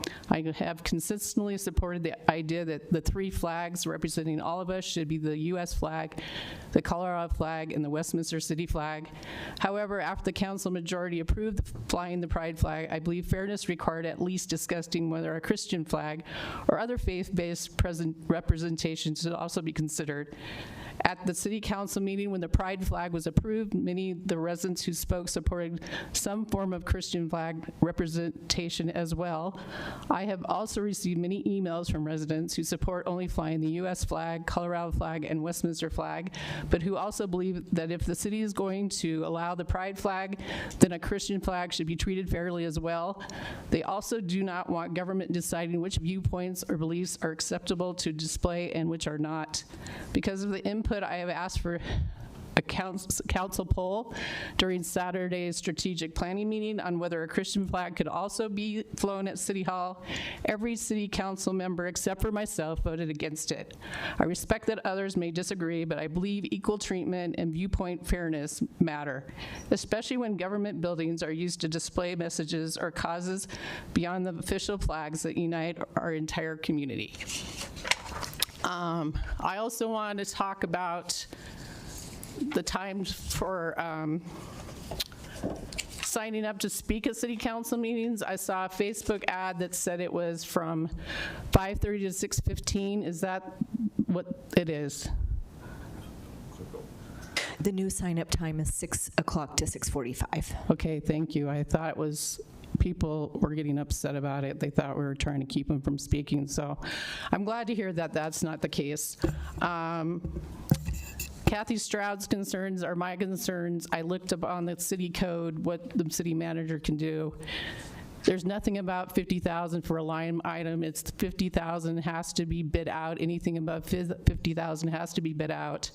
This is not a line item thing. If you can find it for me, I want to know, because I was told that anything is 50,000 was still a line item thing, but there's nothing in our code that says that, or our charter. So if you know where that is, I want to read it. I think 750 is totally out of line. There isn't hardly a city in the state that allows more than 50 to 100, but we cherry-picked the ones that we brought back. There were around 500. One of them being Broomfield, which is also a county and a city. So I think just because someone else is doing it doesn't mean we should be doing it. So I'm totally against it. It will be coming forth. I'm going to talk about what I went to this week, which was a lot. Now that we do it, we don't have pre-meeting. We're supposed to talk about what we did this week. I attended the Water Task Force. We were shown different ways to bill water, and that we're delving into that right now. I attended the Westminster Citizens Academy for Fire. It's always a good experience for those that do that academy, and if you haven't done it, I suggest that one and the police one. It's great. That was their graduation. I attended the National Day of Prayer, which I told you, at the Crossings Church. I went to the Adams County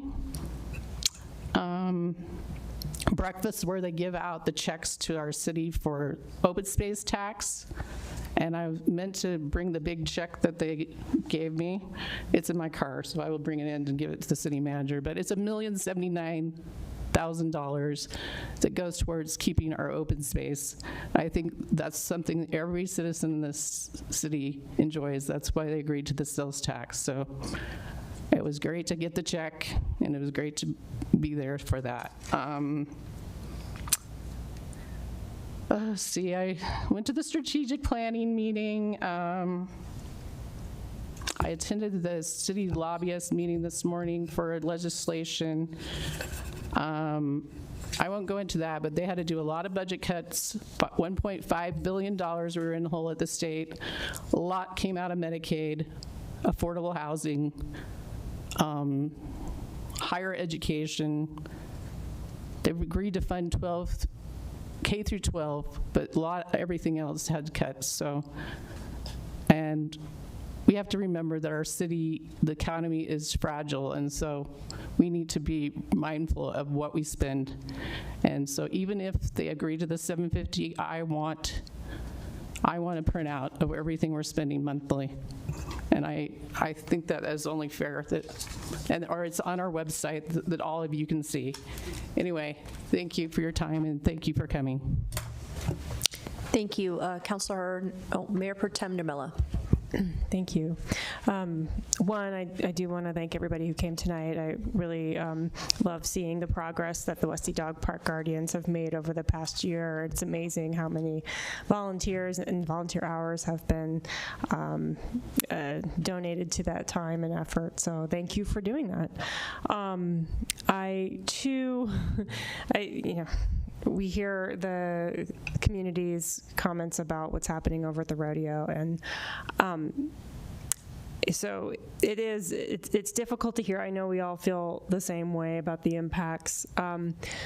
I think just one clarification, City Attorney Frankel, with respect to Councilor Ireland's question. I know there was a assertion that we could make a motion here on this council to potentially send the, or I don't know, like call their license up for investigation to the special permitting board. Is that, or does that have to happen by the special permitting board? Is that, can you clarify where that happens? I believe that the police investigate complaints and bring evidence to the Special Permit and License Board.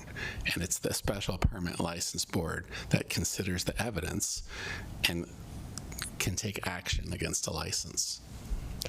So to clarify, we're waiting for the police to develop an investigate, like a full investigation and evidence, and then they would initiate the, or sort of activate the special license board with the, I don't know, the new hearing or? Yes, I believe the police are investigating every complaint that comes in, and when there is evidence to justify bringing a case against the license, that it will be brought forward by the police. Okay, I think we're all probably hoping that's tomorrow. Okay, thank you for that. With respect to the budgeting process, and we all were in attendance for our budget workshop this past Saturday, and I do want to emphasize that through that budget process is how we identify what is being spent on each element of running the city. So if that means that we're going to spend $18 million on contracts for improving our streets, that's the conversation we have. We put that budget out for review from the community, and then we vote on that budget, and then city staff will implement that budget. And so the contracts that are in discussion are the result of us already approving those amounts for those efforts. And so I just, in with respect to how much transparency we have, I think we have some of the highest transparency of any city that I've heard of with, I mean, daily updates to the information that we have available on all of our spending. Our contracts are available. And so I just want to underline, there was a question of our staff's integrity, and I really want to make sure that our community knows that our staff is highly dedicated. They are some of the best experts that we can have financially for all of, and for every aspect of our, provision of our city services. And they don't deserve to have their integrity questioned, especially with the amount of transparency that they work to provide. And I'm hoping that when that does come to us at a council meeting, that we can have a clear representation or presentation from staff on just what that circle of life with respect, it looks like with respect to establishing budgets and how that gets implemented. I'm hoping we can do a lot of communication on that. Thank you. Thank you. Councillor Hott. Yes, I'd also like to thank everyone who came out to speak. So I just have one request. I am requesting an executive session with the Chief of Police about the Rodeo Convention Center at our meeting next week. And we just adjusted the agenda for a place for motions such as these. However, we can go ahead and, well, sorry, before we go ahead and do a poll, do we have any insight from our city attorney on this topic? Is this something that we would have content to provide? So if City Council would like, under the open meetings law, there are a limited number of categories that an executive session can be convened in. And a status of a pending investigation by law enforcement is not one of those categories. However, if City Council would like an exec session for legal advice concerning enforcement procedures, absolutely, that could be agendized. Yes. I second, and then also I wanted to ask about that statue that was brought up by Jillian, the state statute 443601. Can that be in the executive session, along with Act 516A3, traffic activity? He's a lawyer, so I think he knows a little bit, so I want to know.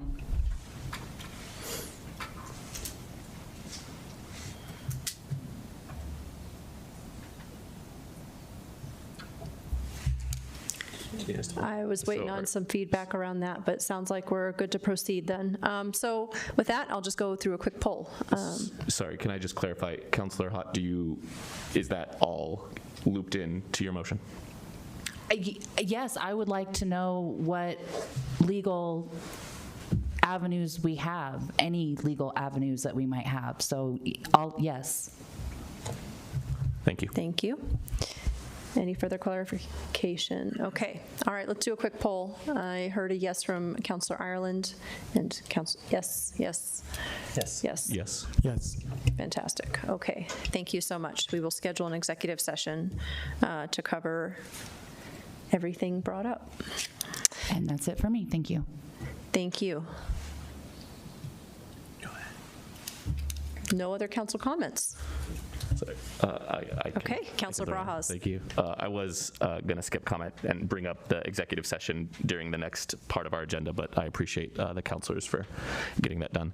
But in light of that, I guess I should say something, and I just wanted to thank the dog park guardians for coming out, for sharing, pardon me, for sharing a lot of the good work that they're doing, and just to give a special thank you for your continuation, the continuation of your participation in all of the discussion with the city and that space. So your voice is important, and I appreciate you all remaining at the table, and then as that table shifts and moves, you kind of continue coming back, and I think it's a great model of what kind of activism looks like in our city, and I appreciate the modeling that you all are doing for that, so thank you. Okay, well then I'll go ahead with my own, and I have a lot to cover, so I'll just start there. I'll echo the sentiment about the dog park guardians. You really continue to blow me away, so thank you for how incredibly important you've become to this community. You have decided to use the energy to serve and to protect and preserve the land out there, as well as take care of others as animals through donations, et cetera, on and on, so thank you. Goodness, there's so much. Okay, I'll also start by saying that unfortunately I will be out of town over the next week. It's not easy ever to schedule myself to be absent because there's so much that we do, and I'll say that I am a big part of making us so busy for the community. I keep finding new ways to engage with folks, but that does mean that unfortunately, due to family reasons, I'm going to be going back home, visiting my father who's not doing so well. So I will miss the Armed Forces celebration this Saturday, and I'm very sorry about that. And there is a community update this coming Tuesday as well. So please come and see the counselors that are speaking there. And then, of course, there's a very big celebration this Thursday for the Big Dry Creek Stream Bank restoration, and that is a huge milestone for our community, 3 years in the making. I'm really excited about it, and just an enormous thank you to all the staff that have worked so very, very hard on that project. I want you to know that my gratitude is there, and I would like to celebrate with you, so I'm very sorry. And I want to mention it was asked by some residents whether I will still be having my coffee chat this month because it falls on Memorial Day weekend, and yes, I will be there, so I look forward to seeing you too. That will be at Nava Coffee. If you want to have a one-on-one conversation, I'd love to see you there. It was mentioned the different items that are coming up this week. I'm just going to add to that this Wednesday, the Sustainability Council meets at 6 p.m. in Superior. And I bring that one up despite it not happening in Westminster because that council was formed 2 years ago, and Westminster led that effort. And it is a combination of our Environmental Advisory Committee with all of the other environmental advisory committees around the Front Range, from Boulder to Longmont to Superior. It is an incredible effort, and I'm really proud of the difference that our city has decided to make in leading that effort. And so we rotate cities and speak to each other about what we are putting in place, what ordinances are happening. And so everyone's welcome, especially the Environmental Advisory Board, to that 6 p.m. Superior at their Public Center on Colton Road.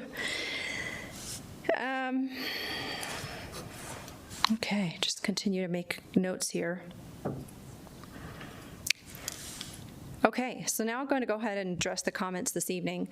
I too am I'm frustrated, and I'm just going to share this tiny little piece that is what I have about the rodeo situation, is that from what I understand, I mean, this is something that I've been checking in on every week to understand where it is, and what we hear at council does not match what we hear from police reports. And I checked in just this last weekend, and I was told we got one call.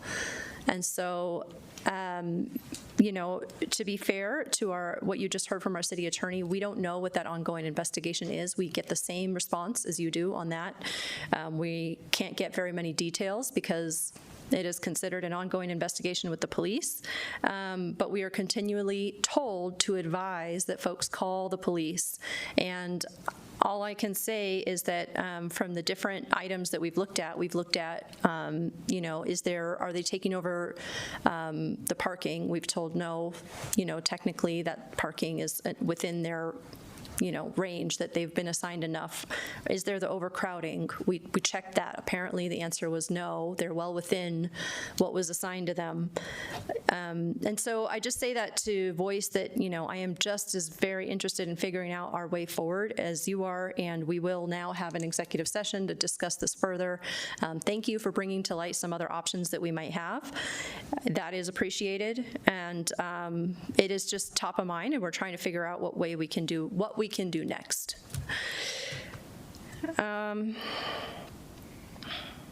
Let's see. I do want to know from staff, were we able to ever confirm whether this rodeo, because last time this was brought up, we were not able to confirm. Do we know for a fact that the owners of this rodeo are the same as Aurora and other cities?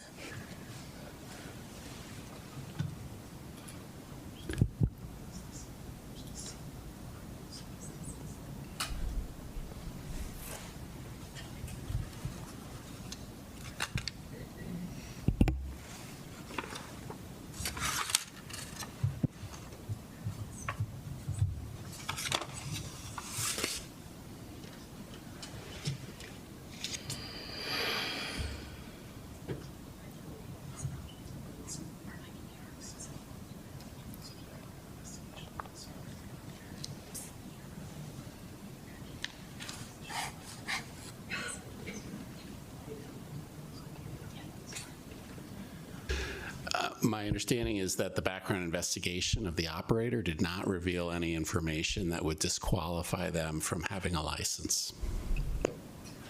Okay, thank you. Okay, well, and as you can see, our information as well is somewhat limited, so we will continue to dig on this individually and as a body. With that, I will leave it to say that you will notice the agenda this evening is slightly different, and that is because, one, we moved it a little bit earlier because we're really hoping to make sure that folks can make it to these nights so that they can voice their public comment. But then two, just in a moment when our city council reports are complete, there is a spot in the agenda to bring up future items for policy discussion, and that is something I am incredibly excited about because my aim is to to ensure that our government for the city can act with fluidity and expediency and make sure that we get things done. And it has been, it's somewhat difficult with the layers of bureaucracy that we all have to work within to make changes. And we tend to work in an environment of tradition. And you're going to see one minor change that I'll bring up in just a moment when we get to that section for something that I really hope that might be able to move us forward at least slightly with the issue on the rodeo. So it allows us now to say, okay, we have something that we want to accomplish now, today, or within at least the next month, right? So we're trying to make things faster. And I'll leave it with a very big congratulations to all the Youth Advisory Panel graduates this year. Thank you for contributing your time and momentum to our city's council. And a happy Mother's Day to everyone in our city. To all you mothers out there, I hope you had a great weekend. With that, we will move on to our next section. All right, I'm getting a request to take 5. So we will meet right back here at 8:15, and then we'll move to the next section.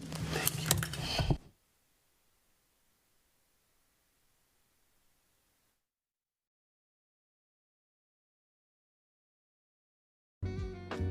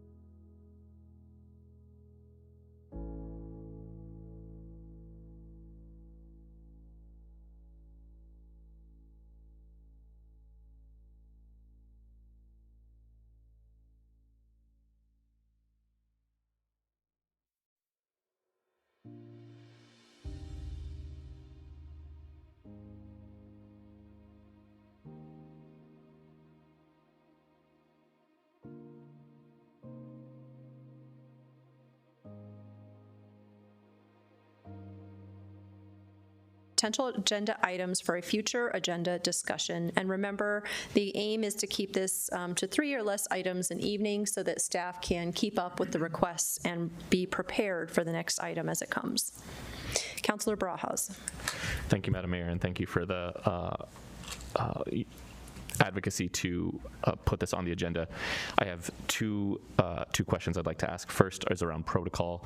So if I bring up a policy discussion or policy question right now, say the city should erect a gold statue of Councilor Barajas in Central Square, does that mean, is that just automatically on the agenda, or do we need a 4-person majority to get that approved? We would need a majority. Great. Thank you for clarifying. That is not my policy question for tonight. It's my favorite one to use, though. I would like for this council to discuss, or at least get feedback from staff. I'm okay with kind of, given the liquid nature of noise ordinances or noise pollution, I think a good process would be kind of some education, some history, and then getting feedback around a policy discussion from council, maybe at a study session for potential ordinances to discuss. I don't have a specific ask on, like, I think we should cap it at this kind of decibel. I would like a lot more, but I don't think it's agendized in any future event, so I'd like some sort of noise ordinance. I'm open also in case it needs to be like very, like noise from cars or noise from houses or artificial noise. I don't know. Anyway, that's kind of what I'm thinking. I can clarify if needed, but that's what I would like to add at some point. And this is new for all of us. So high level is okay at this time because we're taking a general poll to put it on the agenda for discussion. And this is what I was also going to put on our agenda for future discussions. So thank you, Councilor. With that, I'll do a quick poll for any interested. Councilor Ireland. Yes. Yes. Sure. Very much yes. Yes. Yes. Yes. Thank you so much. We will agendize that. And I don't think that we have a clear process as far as when that will come up. I know that staff will do it at their earliest convenience according to agendized items. So it does not necessarily mean it will come up next week. Yeah, that is not part of my ask. Thank you. Any other items? Councilor Azadi. Thank you, Mayor. I would like a discussion. We've talked about this for a while, but on sprinklers, study session. Thank you. We'll do a quick poll. Councilor Ireland. Strong yes. Thanks for bringing it up. Yes. No. Yes. No. Can I ask clarity? This is sprinklers in terms of building fire suppression sprinklers? Yes. Okay. Yeah. Thank you. We have 2 items. Anything else? Okay, fantastic. Well, I'm glad we're moving that off to a strong start. We will now move on to the consent agenda. The item on consent agenda has been removed so that staff can provide a brief presentation with additional detail. Could we please have the presentation prepared for agenda item 9A? Mayor, thank you. I'll call up our city engineer, Mr. John Burke, and he does have a brief presentation and is available to answer questions and provide any other information council may seek. Thank you. Welcome. Pro Tem, councilors, thank you for the opportunity to share more about this exciting project. So the Northwest Treatment Facility Major Repair and Replacement Project, a lot of words. Many of you are familiar with our 2 water treatment facilities, one being the Northwest, which is located at the northeast corner of 104th and Wadsworth Parkway, as you can see on the left image. Semper, which is located at 88th and Pierce, which is the facility on the right. The total construction budget for this is $10.3 million, and the project will begin to kick off with your approval of the contracts tonight later this year. Again, it's important to notice that this project focuses on replacing aging infrastructure that is essential to maintaining compliance with state and federal drinking water regulations, while continuing to meet the city's service goals for safe, reliable, and high-quality drinking water. Both Northwest and Semper operate as a system together to provide water throughout the city. Semper was built in 1969 and currently has a treatment capacity of 44 million gallons per day, as seen on the right. The Northwest treatment facility was built in 2001 and has a 15 million gallon per day treatment capacity. And as with any major infrastructure, routine maintenance is critical and necessary to prolong the lifespan of these facilities while keeping them 100% operational. At the Northwest Treatment Facility, this project replaces or rehabilitates essential treatment components, including approximately 27% of filtration membranes, membrane pre-filters, strainers, chemical mixing and feed systems, and plant-wide flow meters. The photo on the left shows these 7-foot-tall filtration membranes that remove microscopic material from the water. The photo on the center is a 3-foot diameter kettle strainer that removes larger sediment before it reaches those membranes. And on the right is a track vac that actually removes sludge that is accumulated at the bottom of the sedimentation basin. The Semper portion of the project, again, because these two facilities work in concert together, this project will deliver smaller, targeted improvements to the Semper water treatment facility. These include replacement of deteriorating sanitary sewer line, repairs to the south sedimentation basin drain and valve systems, replacement of solid removal pumps, and general site and ground improvements to support a safe working conditions for our staff. The photo on the left shows an existing staircase that's deteriorating. In the middle is a sludge pump that also needs replaced, and then some piping that is rusting and needs to be replaced as well. Now, in order to evaluate the existing conditions of both the Northwest and Semper, the city hired J&T Consulting in December of 2023, just over 2 years ago. And through this evaluation, the items previously described were identified as critical and timely replacements. This resulted in an RFP process through our procurement team for construction services in October of 2025. And Ullman Schutte was selected as our general contractor for the construction manager at risk contract. Now, due to some of the long lead times that are literally up to a year on some of this materials and equipment, such as the membranes, in this contract tonight, you'll see in addition to their pre-construction services, which is $130,000, a significant amount of dollars for actually purchasing some of the materials and equipment. Should the City Council authorize these contracts, J&T will finalize the design work, and Ullman Schutte will prepare a guarantee maximum price contract for City Council's review in Q3 of this year, with construction starting later this fall. That concludes my very brief presentation and overview of this particular project that, again, is complicated enough to keep both facilities operational 100% of the time and still replace some of the critical infrastructure. Thank you. Thank you so much. And I'll just say, I pulled this off just to get a more in-depth explanation, since it is a larger sum of dollars that we're asking for, and to better understand what the changes are that are happening at this Northwest plant, because we spend all our time talking about Semper and the new plant. So thank you for putting this together in half a day. That's also, I'm grateful for that.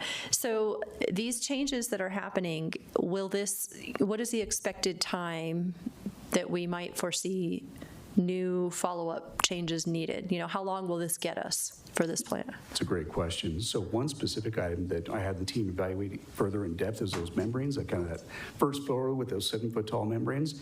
Industry standards to have those replaced every 8 to 10 years.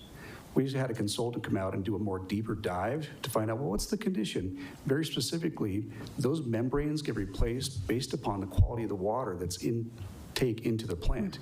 Stanley Lake provides exceptional water quality because of our Clear Creek Basin that comes in, things sediment, they deposit out. And so we actually have really clean water, no PFAS issues, things like that. And so through that evaluation, we're able to identify that those membranes can actually be extended to 10 to 14 years. So right there, you see about a 50% increase in the lifespan of some of those facilities. So with this team now on board, they're not just taking the industry standard for replacement, They're literally looking at it, pulling things apart and saying, yeah, that needs to be replaced, or no, that can last a few more years. Again, budget conscious, making decisions that aren't just because we like to have it, it's things that we need to have done. Thank you. Other questions from council? Okay, thank you so much for the presentation. May I have a motion on item 9A? Councillor Johnson. Thank you, Mayor. I move to authorize the city manager to execute a construction manager at-risk contract with Ullman Shute Construction LLC for the Northwest Treatment Facility Major Repair and Replacement Project in the amount of $2,498,772 plus a 10% city-held contingency of $249,877 for the authorized total expenditure not to exceed $2,748,649. Thank you. Mayor Pro Tem Namella. Second. Thank you. Roll call, please. Oh, I'm sorry. Any further discussion? Okay. Thank you. Councillor Barajas. Yes. Mayor Carmelia. Yes. Councillor Azadi. Yes. Councillor Hott. Yes. Councillor Ireland. Yes. Councillor Johnson. Yes. And Mayor Pro Tem Normella. Yes.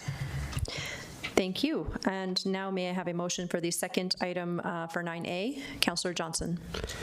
Thank you, Mayor. I move to authorize the city manager to execute a contract amendment with J&T Consulting, Inc. for the construction management services for the Northwest Treatment Facility Major Repair and Replacement Project in the amount of $805,496 and authorize a 10% city-held contingency of $80,555 for a total of $886,046, increasing the total authorized expenditure from $454,949 to $1,340,995. Thank you. Councillor Barajas. Second. Thank you. Any further discussion? Roll call, please. Mayor Carmelia. Yes. Councillor Azadi. Yes. Councillor Hott. Yes. Councillor Ireland. Yes. Councillor Johnson. Yes. Mayor Pro Tem Normella. Yes. And Councillor Barajas. Yes. The motion passes on a 7-0 vote. That moves us to appointments and resignations. There are no appointments or resignations this evening.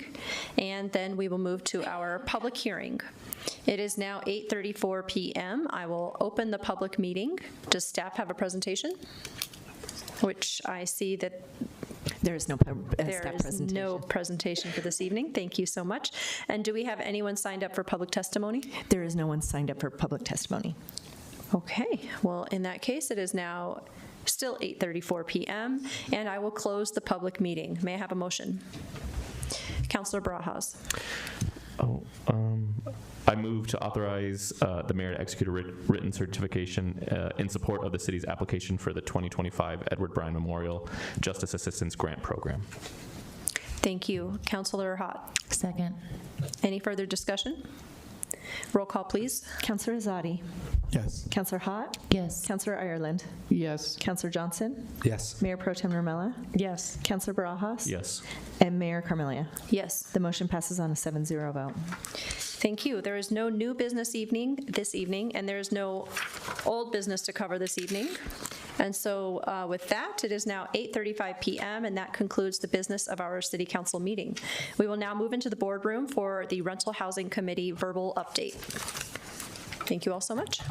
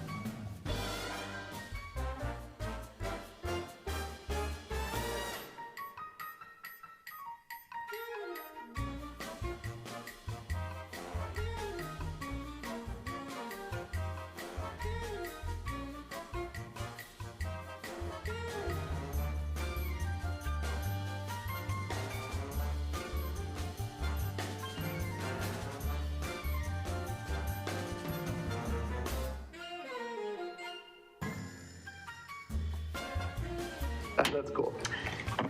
All right, that brings us to our post meeting. And City Manager Andrews, do we have a presentation?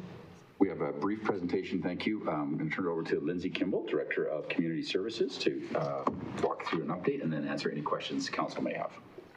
Thank you, City Manager Andrews, Mayor, Mayor Pro Tem, and councilors.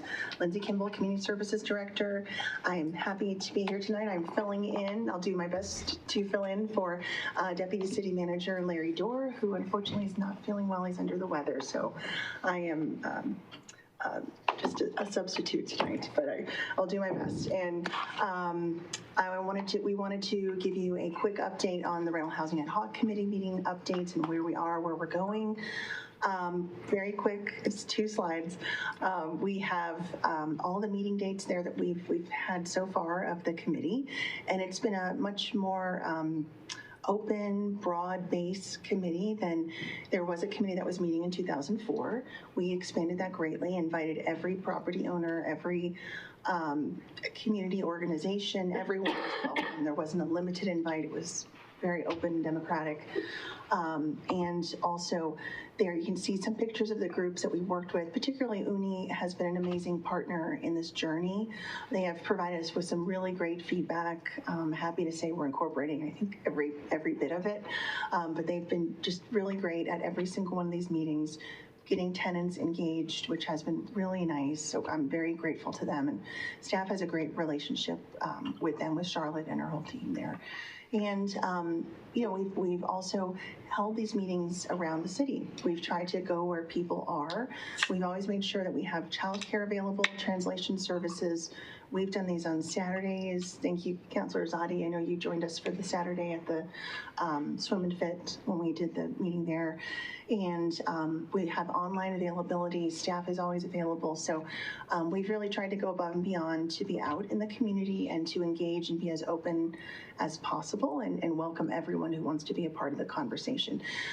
You can see a picture there that's from the council chambers of Deputy City Manager Dorr. He's so wonderful. He's been wearing his property standards officer uniform to every meeting. And thank you to everyone. I know almost everybody has had, thank you for those who have been able to join us and see this in action. But that was a night when we were talking about the size of dumpsters. So we actually wheeled a dumpster into city chambers. It was quite a sight. So we had a lot of attention. But so we've tried to be as interactive as possible. We've gone line by line through the code update with this entire committee and really done a very thorough job, in my opinion, of engaging and having people actively, literally line by line, we are reviewing the code and taking in the feedback.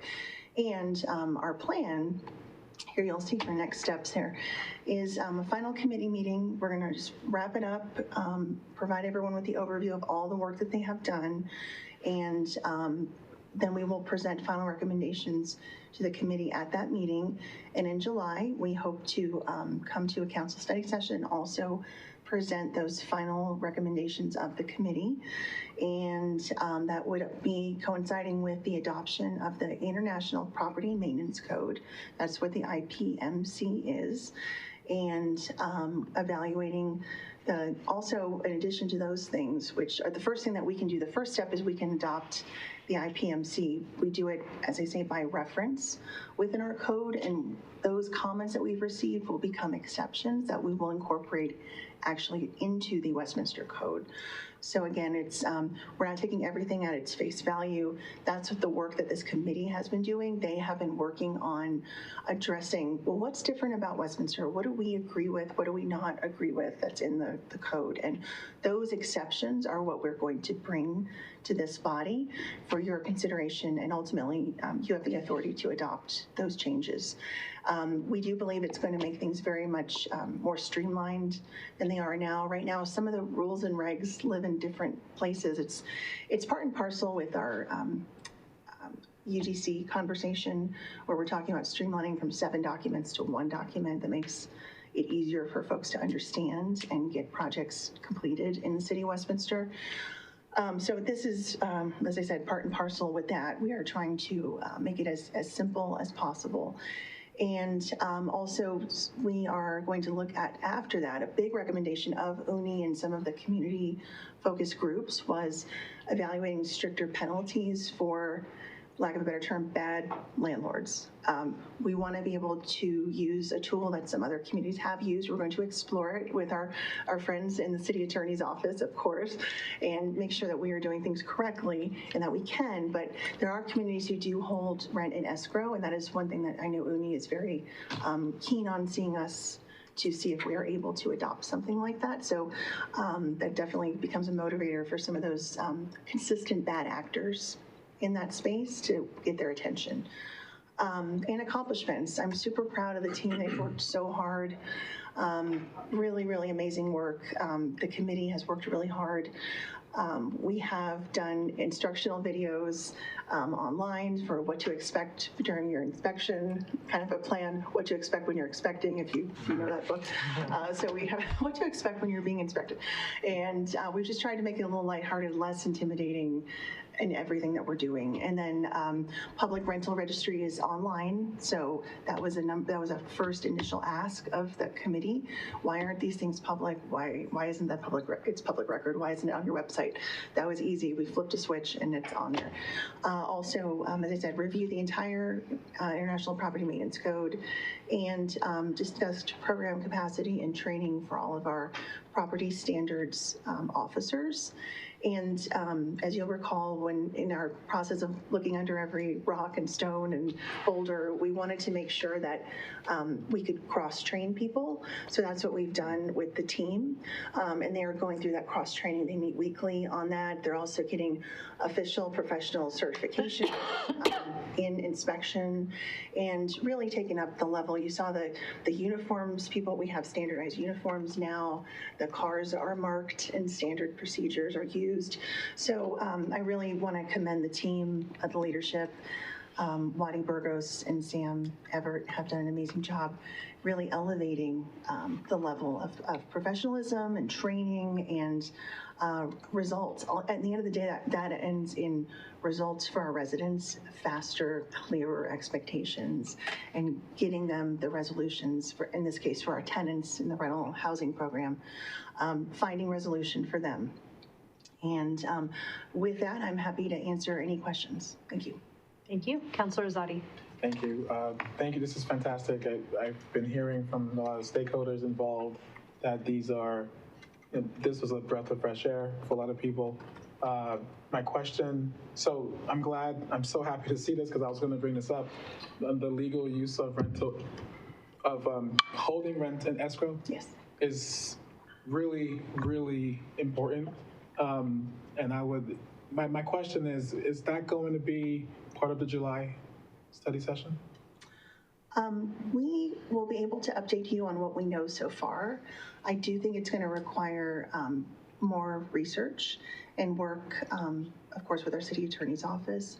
It's definitely a priority for us, and we can update you on how far we've gotten. But I don't think it would be, I don't think we would be able to have it completed by that July. But we didn't want to hold up the progress on the IPMC, so we thought we'd bring that. We're happy to give you an update on that use of escrow, and then we will continue to plow forward. So we'll get an update on the escrow thing? Yes. But not, it won't be ready for us to vote on? Correct. To pull on? Yes, sir. Okay.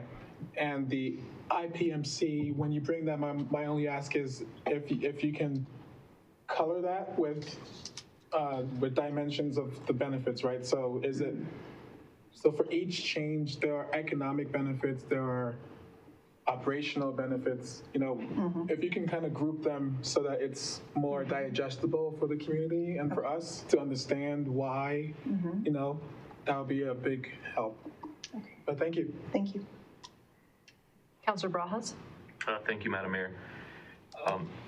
And thank you, Director Kimball, for the presentation and the whole process. I wish Deputy City Manager Dorr was here. He knows how grateful we are, but if you're listening, just super grateful for his leadership in this process. I really do think it's a pretty great model of best practice and how to kind of do community feedback, community engagement, community buy-in, like all of these things are in terms of the process. And so when we have kind of big, heavy lifts from the city, heavy changes, I think this is a great system. So thank you for modeling that, and please feel free to share our celebration of that.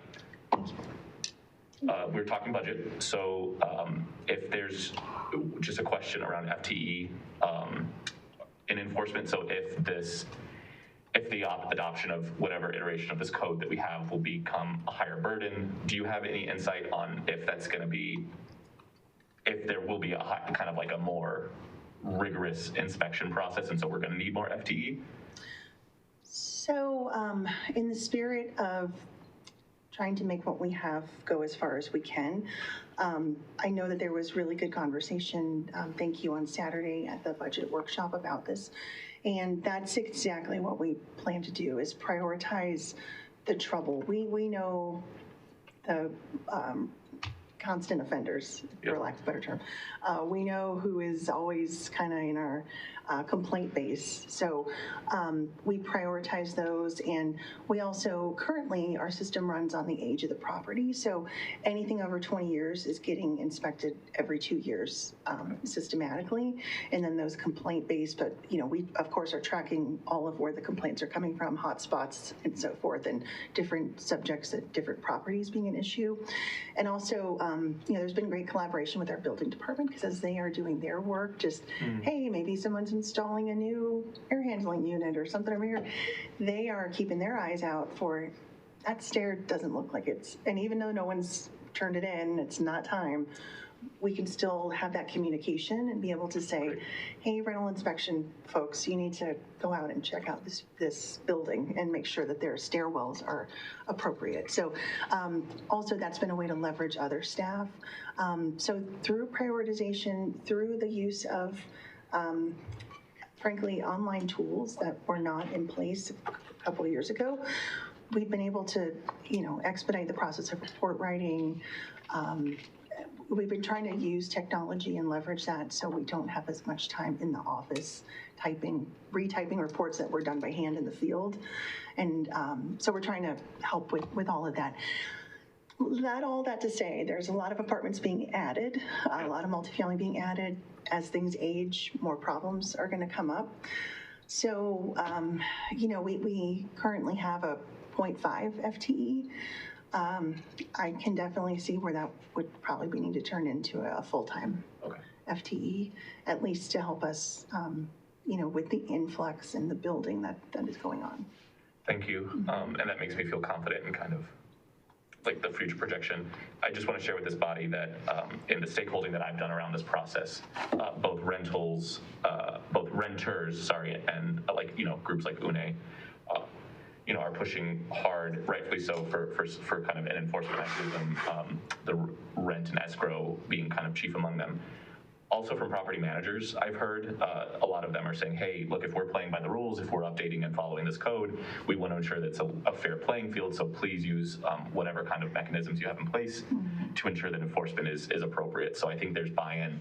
Of course, there's going to be hesitancy and reluctance from people in general, but particularly Greystar and other kind of large groups who they've also been advocating on behalf of this process. So I just wanted to share that with this body.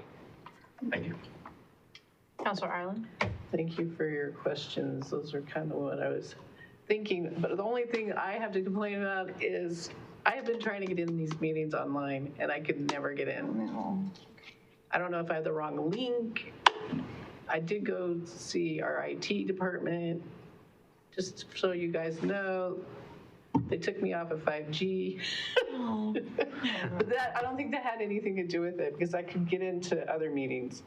So I don't know what the deal is, but I can't run over here because I teach after. So that's the only. I'd like to come to the one on the 28th. I mean, online, if it's possible.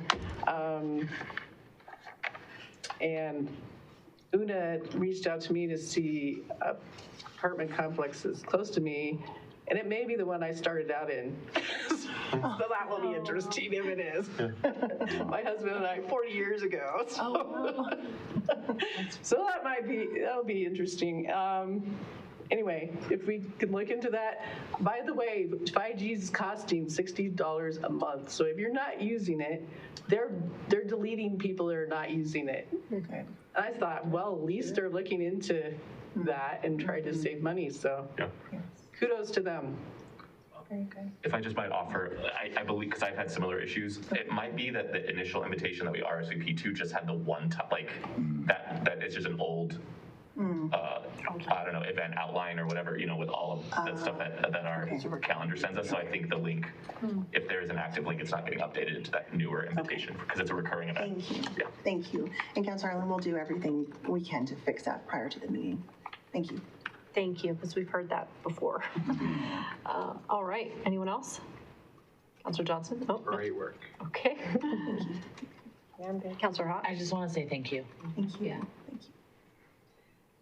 I'll add to that. Thank you so much. I'm really excited, and you've done so much incredible work with this over the last year. And so, well, Larry Dorr, I'll give my shout out to him. And also just a shout out to Larry in general. I'm sorry he's not here to hear this, but of course he dressed up. He's always all in, and I really appreciate his enthusiasm for his job and the city, and he's just amazing. So, yeah, love it. Thank you, Mayor. All right. With that, I think we are done with this presentation. Thank you so much. And we are now adjourned at 8:51. It's been a long time since I've had to not read a digital. 56. I didn't do